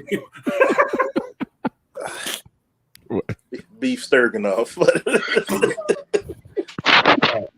She sound like she got a big ass. Beef. Yeah. Yeah, you put it down the wrong hole. Yeah, that's what you call it nowadays. that's what she said. Broken. Yeah. But no, it's funny because if you listen to like speeches done by Malcolm X, they're very similar to the '90s version of Icon. Yeah, it was. That's what I said. He was trying to talk to me like I don't know shit about the character, and I had to kind of reiterate with him. You don't need to try to explain this shit to me. I hate that shit. But that's the biggest issue that somebody like me has, because in order for me to I even know build the character something, is. I was reading when it was brand new, nigga. in order for me to really get something popping off, I would love to animate an icon. I could do that shit some real justice, but it belongs to DC. So I got to come up with my own shit, and it's just like, I really need to talk to you, Artisan, because the writing on this shit is just, it's tough.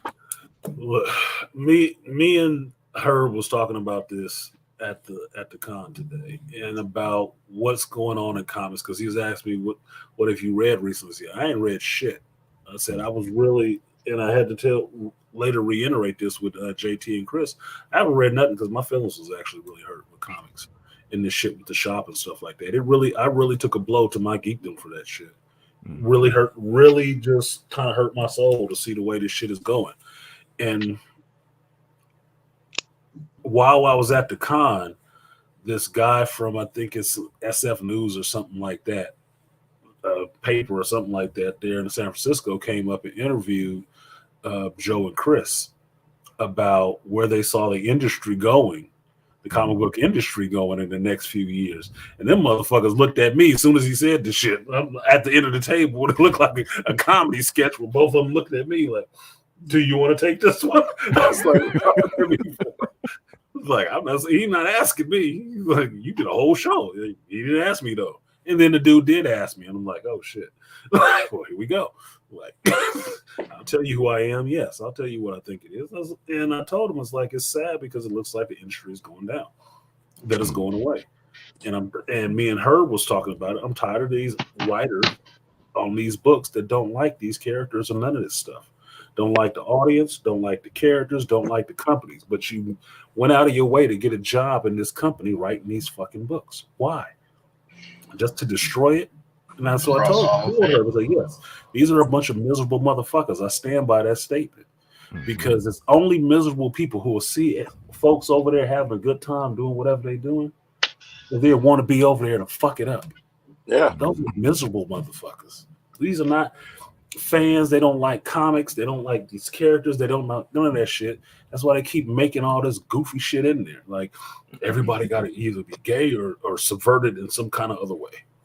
Because that's just my vision in my writing style. Bullshit. You just destroying the shit. You might as well be walking around with Molière and just swinging it at the pillars of comics. Because that's all you're doing. You're just trying to destroy it. Because other people like it and they don't like your shit. Get the fuck out. And look, and that's what the problem when I watched that new Velma. They butchered They butchered it. Look, I just wanted to see it. I just wanted to see it just to see what they did. They butchered the fuck out of the character. And like, I'm still waiting for Scooby-Doo to show up. I said Scooby ain't even in the damn show. Because it's Velma's show. No dogs allowed. They're making a Scooby-Doo without Scooby. Well, they tried to rewrite it like Velma is the origin of the team, and it's like, hold up. First off, I'm a Scooby-Doo fan. I said no. The origin of the team is Shaggy and Scooby. You other three motherfuckers just showed up after the fact. That's why Shaggy and Scooby are the ones that's always getting their own spin-off movies and television shows. Like Scooby-Doo and the 13 Ghosts. That was Shaggy and Scooby with Scrappy and some other cats, and then Velma showed up later to that show. I said, I watched that shit. So I said, dude, because I'm a Scooby-Doo fan. I said, I want to see how y'all butcher this character because I'm gonna rip y'all a new asshole online. Okay, hold on one second. Let me get this in. 30 minutes ago, I got a cash app from Ian Williams, and Ian Williams' comment is, "Don't you Americans sleep? It's 7:35 in the UK." Now I know why his donation came through as dollars and some cents. Is because it's conversion. It's converting the money over. Okay, now I understand, Ian. Now I get it. And they took their piece. So appreciate you. Yes, Americans sleep sometimes, motherfucker. Y'all sleep too, right? Look, I'm a night owl. This is my prime time to be awake. I'm the devil. I function in the daytime. I live at night. Like to say to my good man, Ian, I'm working the single life. Sleeping I need to. I am going to get some sleep, so I'm going to catch y'all on the flip. It's funny as Oh fuck. yeah, that's Yeah, I be laughing with that shit. I might have to get you to animate some of Don't my you Americans characters. sleep? Yes, 5 hours.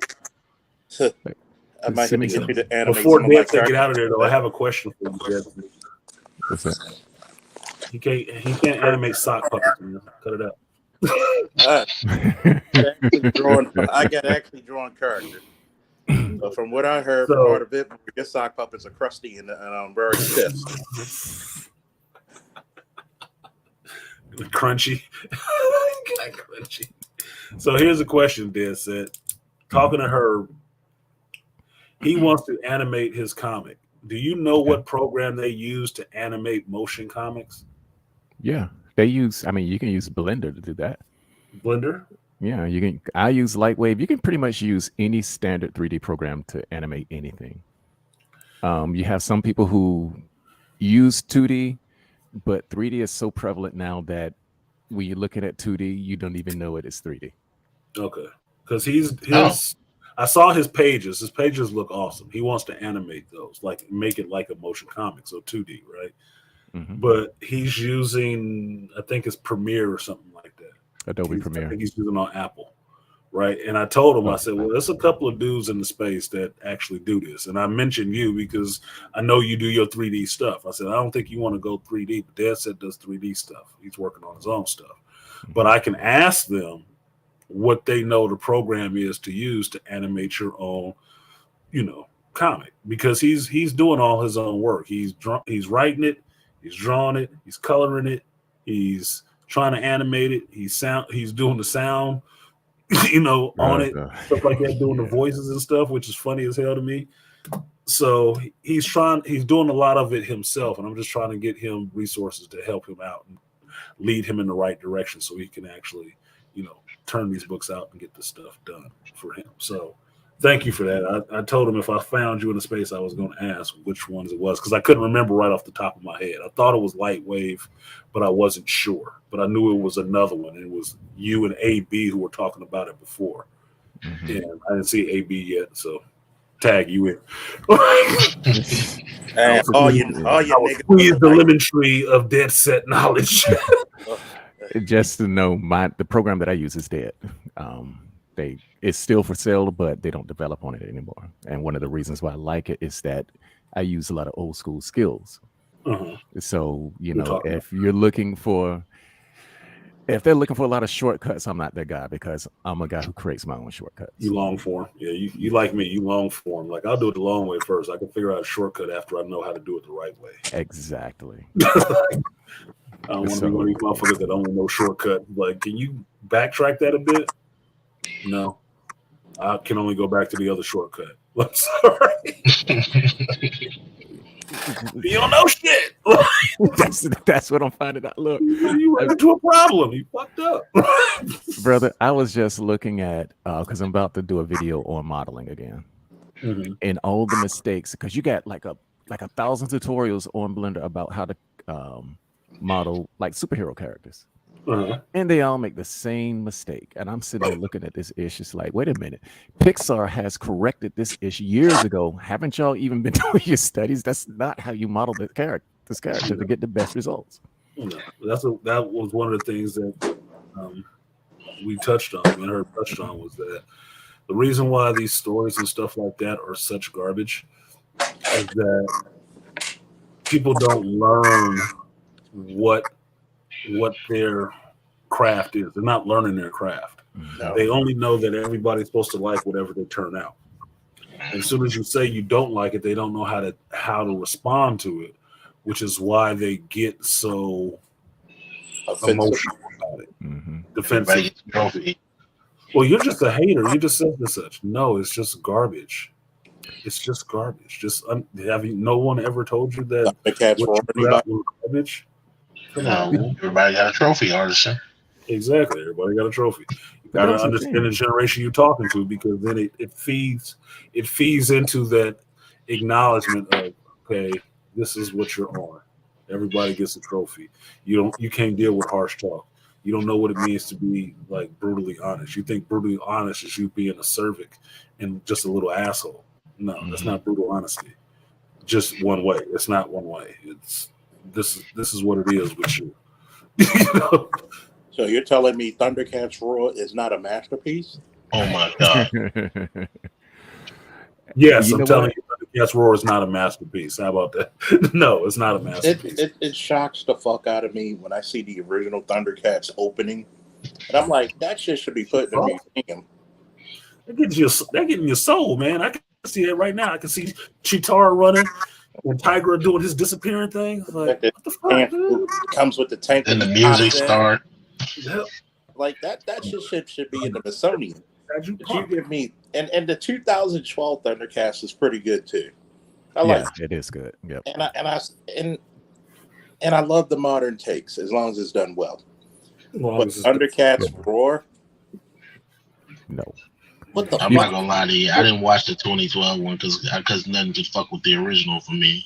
I was like, oh man, y'all gonna mess I up. haven't watched none of that but the original. I've never watched the 2012 one. I didn't watch Thundercats Roar. At that point when that came out, I was tired of remakes of stuff that we liked. Yeah. I didn't want to see any more of them. I didn't want to see them. I'm good. Y'all not doing these right. The only remakes I respect. The only remakes I respect was the 2002 He-Man, Yes. the 2012 Thundercats, None and of the turtle ones. I didn't care for the turtles. Shit, that's about it. Maybe Baki. Yeah, They But kept that was- rebooting the Turtles. I'm like, bro, even now, like paper was black and some shit. I was like, what the fuck? Well, they do the same shit with comic books now. That's why each comic has to keep getting rebooted, or they need to have another world-ending, board wipe so they can start over again, because they're not Running out good of ideas. writers. They're not good writers. They No, just they're are not. They're not good writers. Gone These are are the days of Chris Claremont. But I mean, to the point about the eras, though, because I remember when I first put out my videos, and Artisan made a comment about my shadows. My shadow mapping was off, and I didn't get mad. I was like, you know what? He's right about that. Let me go ahead and redo this. So I redid my shadows because he is the audience. He knows what's right. That's me. I don't know. My generation I grew up in, you're supposed to give people good, useful critique, constructive critique, right? Right. It's not that you're hating the person because you told them, hey, this looked a little off. That's being honest. Yep. That's what honesty is. Honesty is, what do you think it is? If somebody's putting it in front of you and they want to have your honest critique, it don't mean you tear them a new ass, but you do point out things that they can fucking fix, especially if you give a shit. Right? Like, yeah, it just looks a little bit off. And I'm not saying it like I think you need to change your shit, but you looked at it, you saw it too, so you fixed it. Yeah. Awesome. You weren't not mad at me. Good, because I'm not doing it to be hurtful to you. I'm not shitting on you. Like, no, I really think the work is awesome. That just looked off to me. That's all it is. I mean, it's like when you coach people in wrestling or any type of combat sport. I have to warn people, I'm a bit of perfectionist. I don't think that you master a move till you do it tired and when it counts. Yeah. Right. Yeah, under duress. Yeah.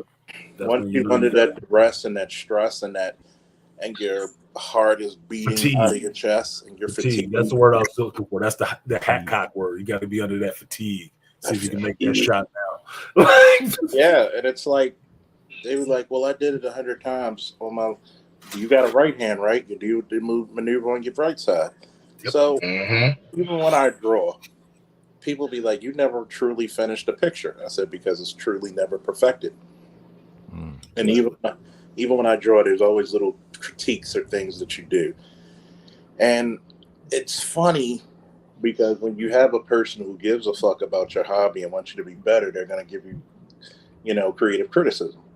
Mm-hmm. And it's not to tear you down; it's to be like, "Hey, I know you could do better than this." Yeah. Well, that's how I'm seeing Herb's pages today, because Herb is one of those people that will come to me and ask my critique because I give them an honest critique, right? So we stand there the whole con just talking. I'm happy to see him. This motherfucker in his backpack pulling out his pad. What do you think of these pages? He want me to look at his pages just to give him critique on it, and I'm like, this shit is awesome. When is it coming out? I like the dialogue on this, But he'll take those things. If I pointed out something, he'll take that and look at it. He'll take it and look at it and maybe fix it or something like that. It's not because I'm telling him, "Oh, this is all fucked up. You need to throw all this away." No, it's just like that looks a little wonky. That looks a little wonky. I'm not clear what's happening in the panel here. Right. It's not clear what's exactly the flow is. Here. In the same way, that's just from reading comics. Yeah. It's not that I'm a professional at this shit. It's just from reading comics, and I'm like Dad said, is saying I'm the audience. Mm-hmm. So if I'm looking at it as an audience member, that's one of the things that's stumbling me up and ruining my flow of how I'm reading your work. Mm-hmm. Fix it. It's just a simple critique. It's better to find out then than to find out after you published all these books and people keep saying, "Yeah, that was kind of sucked because I really couldn't follow it." It's kind of like me with writing. Like I am like people have always said, "Oh, dude, you're a good writer," and it's like you have a strong voice, and it's like, dude, I think I'm shit when it comes to writing. I think I'm terrible. As if you think it's cool, it's all right. And I'm like, and I'm wondering, do these people ever have that to where it's like when you hear about writers and like like J.K. Rowling, even to this day, still thinks, oh man, there's something that she could have tweaked in them stories, even though them stories have sold millions of copies and movies. She still is like, yo, there's something I want to change and X, Y, and Z. That and was it's like the story I really wanted to tell. Yeah. And so it's like you question, do these people have any type of self-reflection, and like, do you not question your work, or do you just the criticism come and your ass just fold? I'll put it to you this way: it's funny because of all the fans who frequent the Black Manosphere, we could probably come out with our own comic book universe. Yeah, that's my goal. I said that before. And I've actually, we had to get Kendra to write the shit. I thought her writing was awesome, and she's like, "Nah, I just did.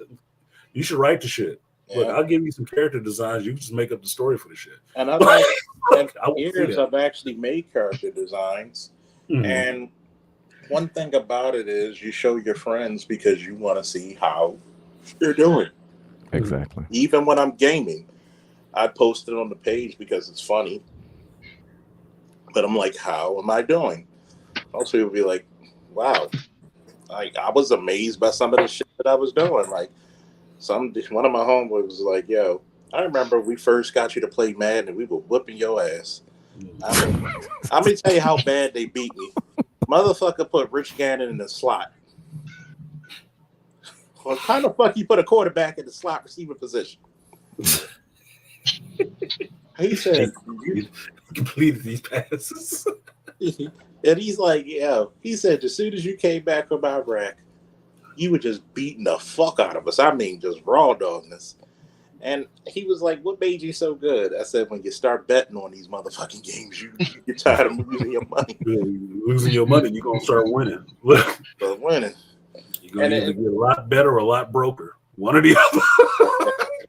I decided to get a lot better. Exactly. One of the most dick-headed moves I ever did, because me and the sergeant, we had he put up his 150, I put up my 150. Then I put another 100 on the side bet. So I made like damn near like $500-$600.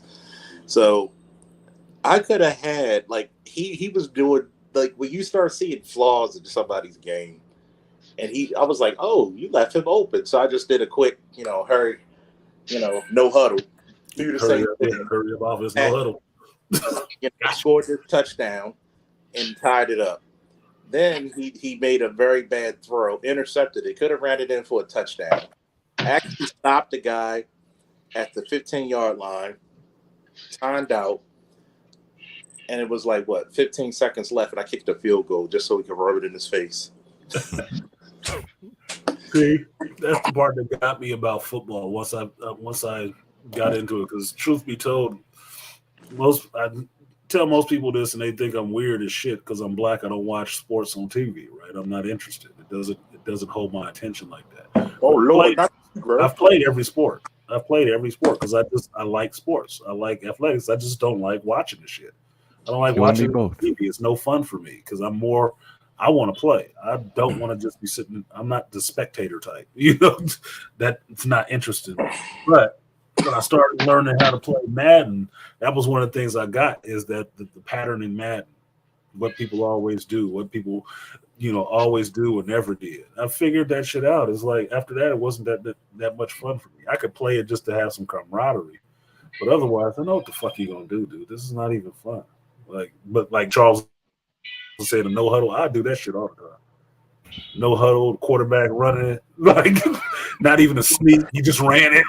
I was like, people, why are you running it? Because this is out of the norm for y'all. Yeah, you get locked into these norms, and that's the push and pull for you. I'm not interested in that routine bullshit. No, fuck that. We're gonna do something different here. Maybe I'll do it. Maybe I Do they have injuries in Madden? Yeah. They used to. Nah, I mean, you could put it high. You could tweak it for the injuries to be high, but it used to be normal back in the Maddens. And people were like always mad because I picked the Ravens. I said, Nick, one, I'm from Baltimore, and two, I was beating people with Kyle Bowler as the quarterback. You can imagine what I do to people when I'm picking Lamar. So, like, oh shit, one dude he tried to I'm gonna run like fucking Mario with the star. Didn't move. It's funny because my son, he's in his little geekdom world, but he's more in the anime because that's his generation. But he loves the comic book characters as well. And like I said, it's funny. I said, go look at Fist of the North Star. Ooh, yes, that's one of my favorites. And I said, go watch this one scene when he's walking through buildings. You're like, Kenshiro is the if fuck your favorite character was a person, it's Kenshiro. And what was the best part about that, Charles? He wasn't even thinking about them motherfuckers. I was called to the girl. He wasn't thinking about them. No. Not thinking about their ass at all. I heard a call. What is this about? He was in the zone. He was half zombie walking through that shit. He wasn't paying attention to that. You know what really fucked me up about that scene, even though it is titled, if you look it up on YouTube, the manliest scene in anime. Yep. And it's funny because I'm this biker gang in this Mad Max world and I'm doing what I want.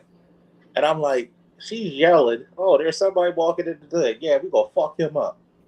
Oh, wait a minute. That motherfucker knocking buildings down with his fist. Yeah, one about to fall on him, so you about to die. No, the nigga's not dead. He's walking through it. The building broke in half on top of it. Exactly. You still about to fight this dude? I'd have been gone. I'd have been like, wait a minute. So whatever he wants, he can have it. Let's go.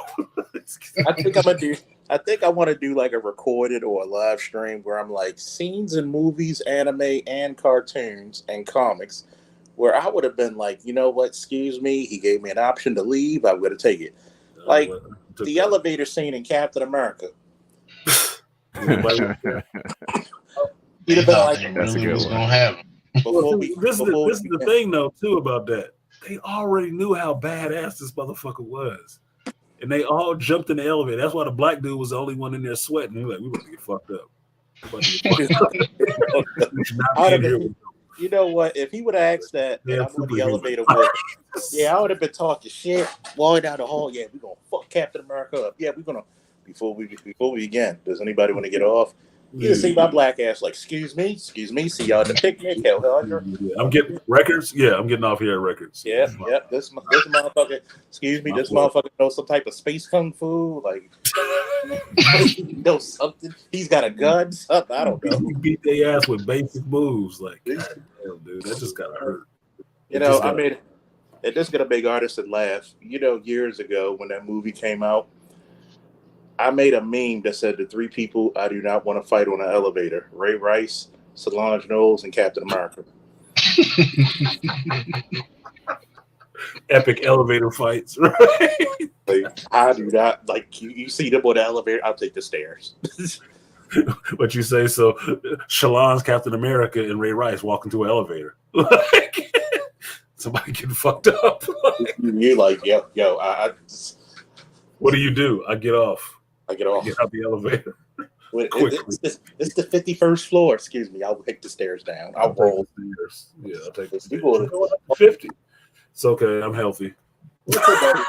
Ray Rice he was the one who drugged the bitch out the elevator? Yes. Yeah. Okay. I remember now. Because she spit on him. So I was like, when I told people, they were like, what do you think about Ray Rice when he hit his wife? She shouldn't spit on him. Oh yeah.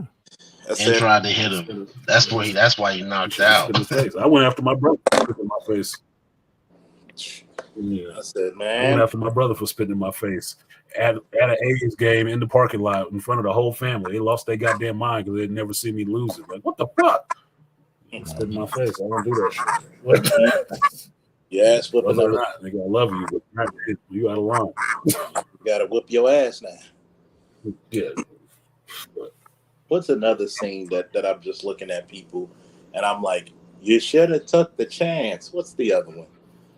Like when you watch the old school Thundercats and you hear Panthers theme. You know what? What's that music? I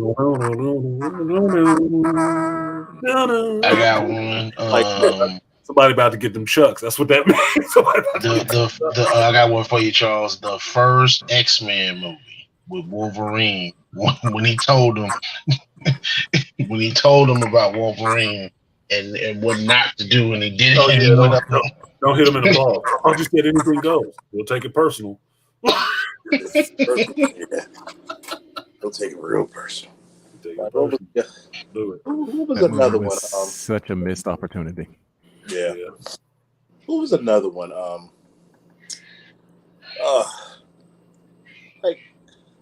Like what was the first Christopher Reeve Superman movie? Mm-hmm. When he catches the helicopter and Lois, like when she's like, "You got me. Who got you? Shut up, bitch! I got you." Stop squirming before you fall. The love story. Some therapy. No, mine is it didn't happen. The dude didn't get fucked up, but in the movie Heat, right? What's the brother's name that was in ATL? The actor, I forget, Mackay or something like that. Mackay Pfeiffer. I think that was him, right? And he's playing one of these detectives, and the other actor is in there. The little Latino dude or Italian dude is in there, and it's I think it's Frank Cesare or something like that. I think that's his name. And he has used this dude to get to Val Kilmer's wife, who was messing around with him, right? And they get him to this safe house, and he brought the chick over there. And he said, "Yeah, be calm with her. She's had a long day. Why don't you go in the kitchen and get her a drink?" What's up? He said, "Get a drink? Fuck her." And he look at his ass like, "What, nigga? You better get in there." And the dude just leaves. He said, "You better get in there and stay in there." He's about to be. That shit was so comedy because he ain't even the lead. There you go. Yeah, he got the funny name, McKillop Williamson. Thank you, Pragmatic. Yeah.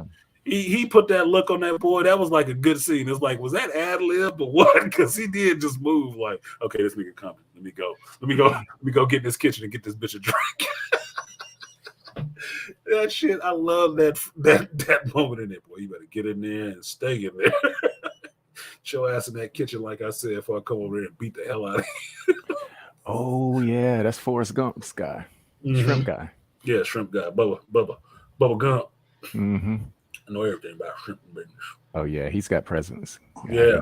I can see what you're saying now. 'cause Yeah, he play a lot of intimidating. good roles too. But he's in Heat. He's in Heat. He's playing another detective. I'm just thinking about what about that scene in the last Rambo? Like, why? Oh shit. Last Blood. Yeah, why did you have to mess with his little god niece, his goddaughter?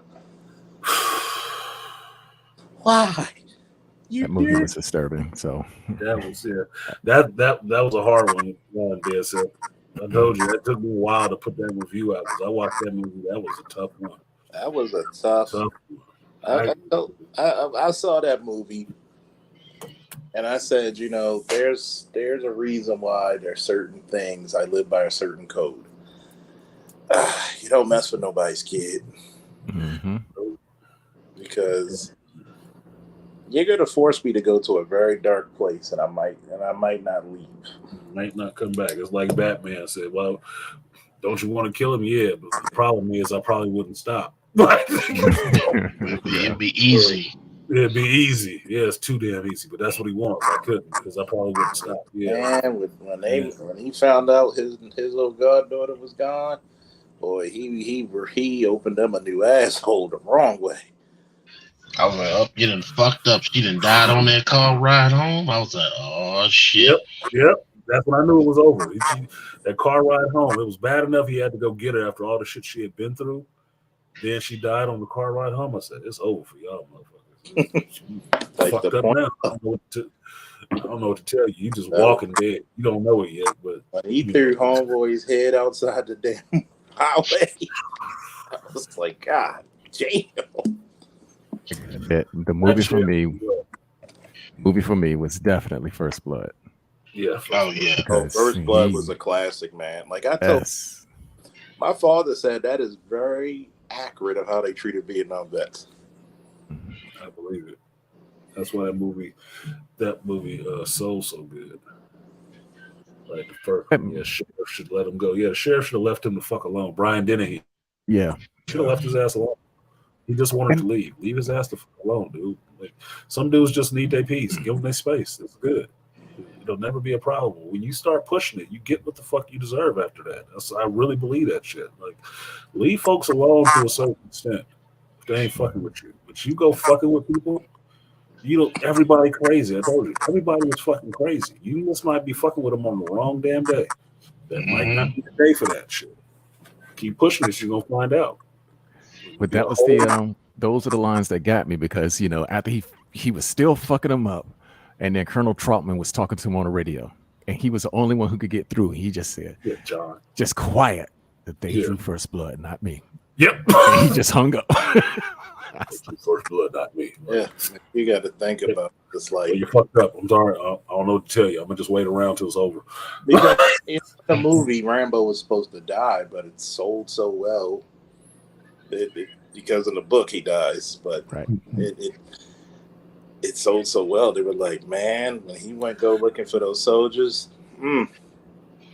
Well, see, that's why I like that character of John Rambo, is because especially with this Last Blood one. I've seen all of those movies. I grew up on those movies, right? Since First Blood. And knowing what the character has been through, that's why Last Blood was so tough. It's like, damn, this nigga can't catch a break for shit. Like, he had a couple of good years and then he's back to some bullshit. I'm like, where does he go after this? Like, god damn. But apparently they're making another one, New Blood or some shit. Are you shitting me? Fuck it. It's funny because it's like, it's, Yeah, same thing with John Wick. Yeah, leave that man alone. You killed his fucking dog. You should have left that shit alone. You don't know what that dog and that car meant to him. But you want to be an asshole out there, okay, be an asshole. When somebody run up in your shit, don't be surprised. Yeah, Reek. Yeah, Reek. Oh my goodness. John Rambo teams up with John Wick. Yeah. Boy, they're gonna have a body count bigger than Brittany Renner's. John Wick is a perfect example of that shit. John Wick was kind of content with just being his life and being out of that shit. Mhm. That goofy motherfucker brought him in and caused the downfall of the whole fucking organization. Oh, fucking dog. His wife's dog, his dead wife's dog that he loved. Nigga, you fucked up. You let the whole shit get fucked up messing around. That's why his daddy had to slap the shit out of him. When this guy punched his ass, I was like, he said, "Do you know what?" He's like, "Do you know what you've done?" And then the second one, he tries to bury all that shit again, and an old boy brings him back. I was like, "Oh, you motherfuckers, y'all ain't gonna learn, are you?" And said once he fulfilled the little blood seal, I was like, "Oh, you done fucked up now." Look, it's two people, John Wick and what's his name, McCall in the Equalizer, Denzel Washington. Oh, yeah. John McCall. John McCall. Just leave them the fuck alone. That's all you need to do. Be decent to the people around them so they don't have to see the shit. You can carry on and do all your criminal shit all you wanted to. No, it was Robert. It wasn't John. It was Robert McCall. Robert wasn't going to do shit to them people except pay them to leave that girl alone until they got in there being disrespectful with his ass. Uh-huh. That Russian got in there and got disrespectful with his ass and was going to take his money and talk to him like shit. That's when he fucked up. Other than that, he was going to be fine. Like, yeah, take the money, let her go. She's a nice girl. Be cool. No, he wanted to talk shit. Okay. Well, who were you talking shit to? The wrong motherfucker. It was your last day, and he told you you're going to die on this floor with some funky ass fucking dollars. Nigga. God damn, that was cool. There have been many a times doing policing. Like, I'm like, okay, this guy's probably mad. But then he does something, and next thing you know, hey, can I get some more units up here? Up, he's grabbing me. Boom. Can I get a medic? Yeah, no shit. And yeah, You know what? You know what, Charles? That was like when my car got impounded. And the cops were talking to me, and I was less like, I knew I was having a bad day that day, but like I said, I'm well practiced in sitting my black ass down. So usually what I do is when I'm dealing with the cops, especially in Baltimore, I just go and sit on the curb. And that's exactly what I did. I sat there on the curb. The dude was just like, "You all right, man?" I said, "Man, I already told you. The reason why this shit is happening right now is because I got hit with child support." And, I gave him the whole deal. 3 more cops showed up. They came out there and they talked to me. Then they offered to give me a ride home. And he was cool though. He was just like, man, I know it's tough, man. And, you're going through this shit. And he was a New York cop. And I said, well, New York transplant. But I was like, you know what, man? I'm just gonna walk home. I'm just gonna walk the steam off. And it was like, cool. Walk the steam off. I like that one. I'm gonna just walk the steam off. Because believe it or not, I know the Super Friends might have been a big influence on what I think about law enforcement. But they had it in their theme what police should be. You should fight injustice, right that which is wrong, and serve mankind. I mean, people may think it's hokey, but I think that was dope as shit. And I look at it because most of the time I'm trying to help people. And you get those people like, man, I'm going to fuck you up. And I'm like, sir, I know you will. Just calm down. But you don't understand. I'm from the streets. I know you are. You're the world's most dangerous man. I get it. Stop it. See, it's that tone, Charles, that have people wanting to try to rearrange your teeth. Problem is they can't do the shit. and they were like, yo, and I'm like, how do you got to go to this point? Yeah, I ain't getting locked up. I'm like, sir, it's okay. No, you can go to the hospital. Then you get locked up. And there's people who are cool, and they be like, yo, I know it's a warrant, Can I just smoke this cigarette? Yep. Said, sit on the curb. I put you in handcuffs, and I'll light it for you. Here you go. Since you've been cool. And I've done it. And they were very pleasant. And, I had people thank me for locking them up. Oh. Because, they were like one time I had to lock up a dude on New Year's Day. It was domestic. He was drunk with his girlfriend and fighting the whole house. And he was like, I seen him downtown like 6-7 months later in the summertime. And he was like, man, thank you for locking me up. I was a fool. We got engaged. I could have hurt her and my baby. And, it made me think. I quit drinking, got my shit together, got a new gig. He was like, thank you for that, man. Needed the time. So I mean, hey, it's nothing personal. It's business. But Business. but once in a while, you get that one motherfucker.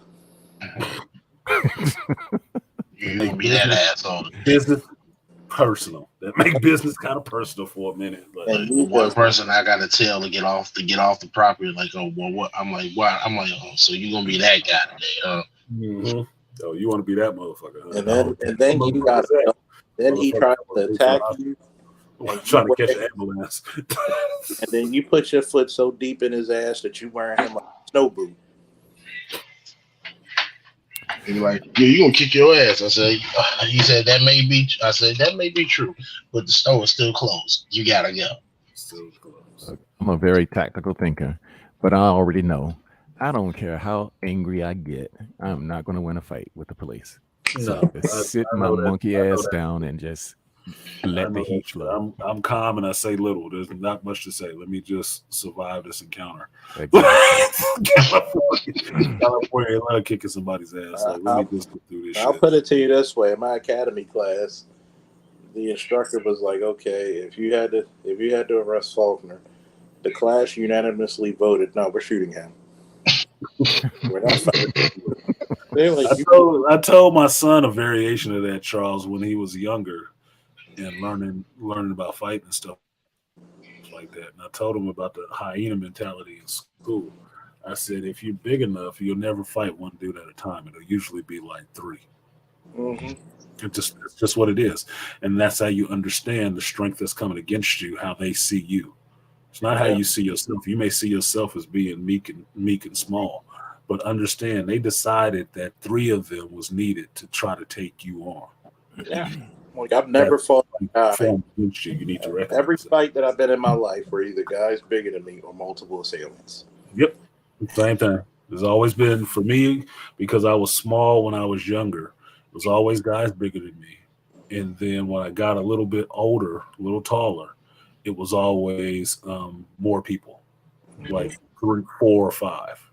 So it was like people were like, "How do you get so good at fighting?" Because you got to practice. Practice. Keep your back to the wall. Like practice. When you learn how to use another motherfucker as a shield, you just like shit. One dude, he tried to I threw him, slapped him in the ear, grabbed him, he punched his buddy, I punched him. Another dude tried to go for a kick, kicked him in the nuts. Like, okay. Like, gave him 3 Adam's apples. Straight out of a Rush Hour movie. Like you like y'all fucking each other up more than me. Come on now. Oh shit. I tell people, I said, you want to stop hurting each other? Yeah. I'm like, and it's funny because most of a couple of my ex-girlfriends never thought that I was, I won't say manly, but they never saw me fight, and it shocked them. They're like, violence always shocks women, and it also kind of aroused them, I think. That too. That too. It always does. That's why they like football and UFC, because they like seeing men get fucked up. Turns them on. And anyone that says don't, lying their ass off. It's that 10,000-year-old DNA. Like, I thought you were the nerdy type. Like, man, I am fighting. Shit. I am. Well, that's the thing, Charles, to say about nerds. Like, nerds only have a small window of time to where they're just nerds, but all little nerds and geeks that you used to pick on in school like that, they usually get older and start learning shit, and they wait. Like I was saying Sunday, they waiting to whoop your ass. They waiting to unleash all that pent up frustration from all them years ago on somebody who deserved it. Like, I hate bullies, but I was because I was a small kid when I was younger, and I got bullies. I hate bullies. I love to fuck up a bully. Why? It just give me some perverse joy. I'm serious. It would just give me some perverse joy to hurt them. Oh yeah. To bring it back to that elevator scene, what did Steve say back in the first one? Oh, I hate bullies. And so when them dudes in that elevator, he waited. It was a world of an ass whooping that he was about to unleash from all of them in that elevator. Look, that motherfucker at my job that was pulling that goofy female bully shit. That's what I told my supervisor. I don't like bullies. I don't like bullies, and I'm not kissing nobody's ass. So you can get off that shit, and that's why I had to tell him what for right in his face. And all he had to say after that was, "Oh, I feel threatened." Like, you ain't been threatened yet. Oh, you ain't been threatened yet. It's coming. Keep fucking around though. Okay. So many people failed the mathematical equation of the more you fuck around, the more you're gonna find out. Look, the more you fuck around, the more you're gonna find out. And that's all I said. All I told the motherfucker was, look, leave me out of your bullshit. I'm not interested in any of it. I'm not walking around here kissing your ass. That was an HR call that he had to complain that he felt threatened. And they had to send me an email talking about no retaliation. Like, I didn't say I was gonna kick his ass. I just told him to leave me the fuck alone. If he can't handle that, what's wrong with his pussy?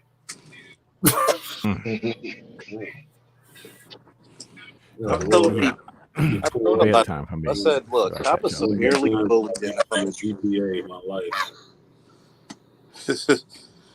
I was severely bullied in elementary school, so I really, really detest bullying. Yeah, I don't like this shit. I don't.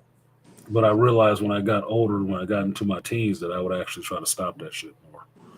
If I saw a kid I thought it was getting bullied, I'd be involved in that shit and trying to settle it. Because also in my generation, I was raised, don't deal with bullies, but the person that's fucking with you, you need to have a straight square up one-on-one. That's what it was supposed to be. But then it got into this 90s where everybody was jumping everybody, because that's why I called it a hyena mentality, because hyenas never fight solo. They always fight with 5 or 6 motherfuckers jumping on somebody. So back in the 90s, that's what it was. If you got into a fight, it wasn't you fighting the one nigga that was bumping into you or stepping on your feet, purposely trying to start some shit. It was him doing it for the other 4 people that want to jump in and try to kick your ass. That's all it was about. So that mentality came that you're going to have to hit everybody. You got to put everybody down hard. Fuck them. Because it's you or them. So campaign, get elected. Campaign, get elected. It's called put them down fast. Yeah, so look, I don't have to care about anything else happening to you. You wanted this shit, so otherwise, leave me the fuck alone. Jack Reacher, you wanted it. Dead Set bounced out. Thanks for coming up, Dead Set, and thanks for the information. I know it's late. I was about to close it out too because it's 1 o'clock. I do need to at least get 5 hours of sleep. Always a classic. I usually get it anyway, so I'm not worried. Peace, Charles. Charles and bounced out of here too. Damn, I ain't even like getting to say goodbye. Wow, y'all getting like AB, just pop smoking ghost. Damn, I didn't even get to say bye, nigga. What if I wanted to say bye? You ever think of that? Woo! Asshole. So what you got, Beasley? You got to sign off for these good people? How you gonna call no, man. Look, I know I was watching the Cowboys and Buccaneers game, and they showed the trailer for season 3 of Mandalorian. So yeah, I gotta watch that and do a reaction because I'm a couple of trailers behind. I got to get back in my groove with doing my videos and shit like that. But I got some time now to do that. So get back on the horse. Get back onto my dean with Quantum Mania 2 and then Mandalorian 3 because I knew that was like a week or 2 away. So I know they was throwing them trailers out there soon. So I gotta watch the trailer and see what it looked like so I can get pumped up for this season because I know a lot of the stuff that's gonna happen in this season. I just don't know how they put it all together. So that's going back to Mandalore. Yep. Back on Mandalore. Some more Ahsoka stuff, some more Luke stuff. Possibly some Mara Jade showing up.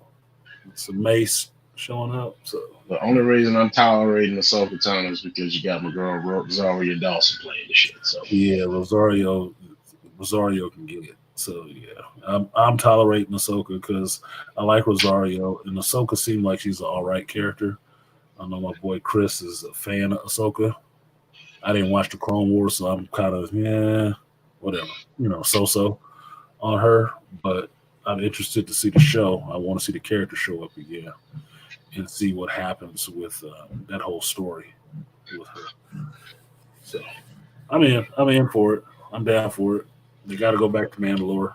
I already knew that from fucking Boba Fett show, Book of Bullshit show, that they got to go back to Mandalore anyway. So, but that gets them into the next show, which is the Bo-Katan show in that show. So I'm good. I just want to see this next season. I've been waiting and debating for so long, starving like Lauren for the Mandalorian song. So time to get my shit in. This is the way. I'm gonna watch. Wait a minute. I got something for that. I'm trying to get that sword out again, man. We gotta get back to Mandalore. So that's it.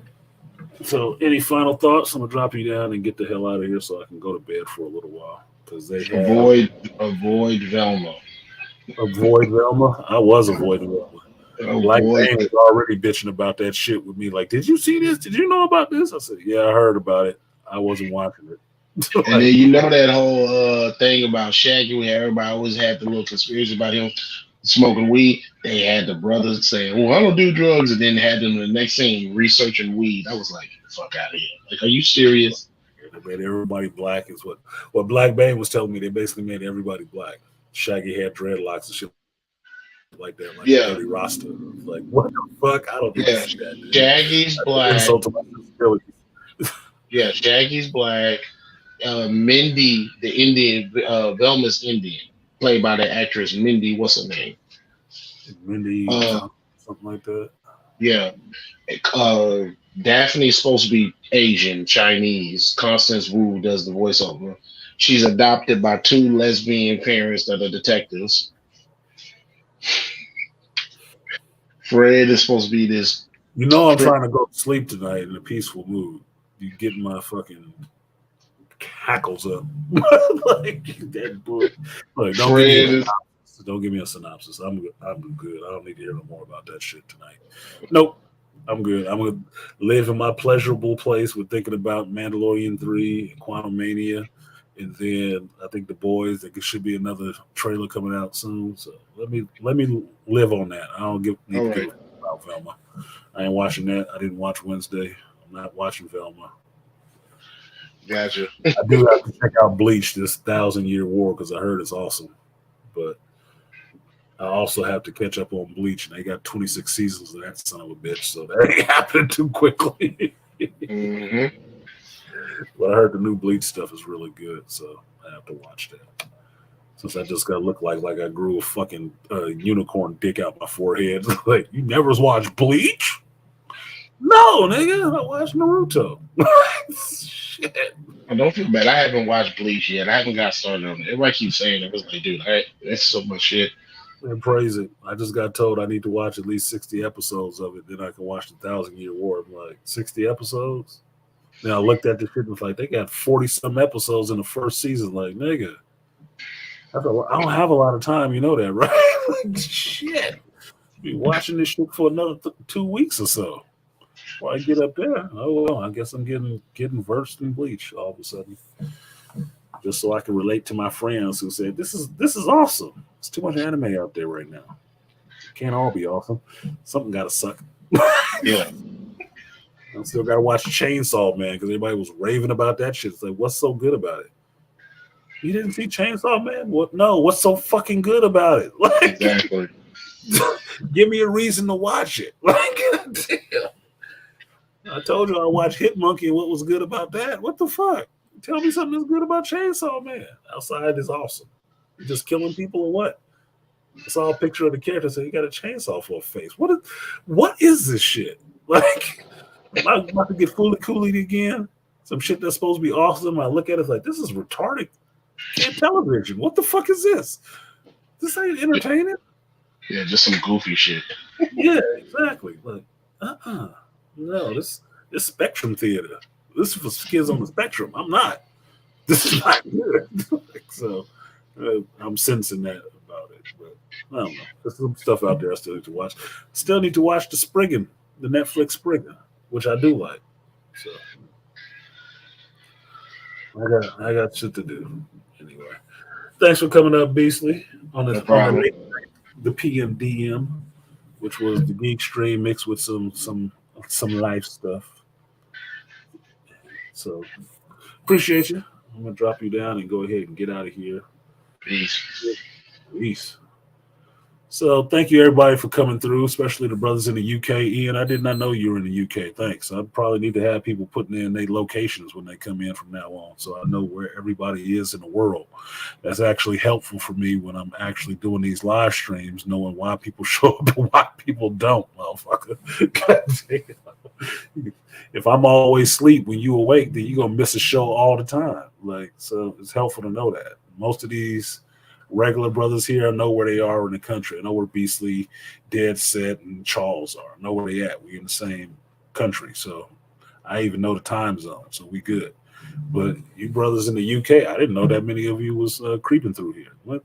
Throw your shit in there, so you know, rep your side. I like my European movies and stuff. So rep your side, so I know where it is, so I can actually get that constructive criticism and take that feedback and actually build that into when and how I do my shows so you guys can watch this shit live and be a part of it. It's all a work in progress.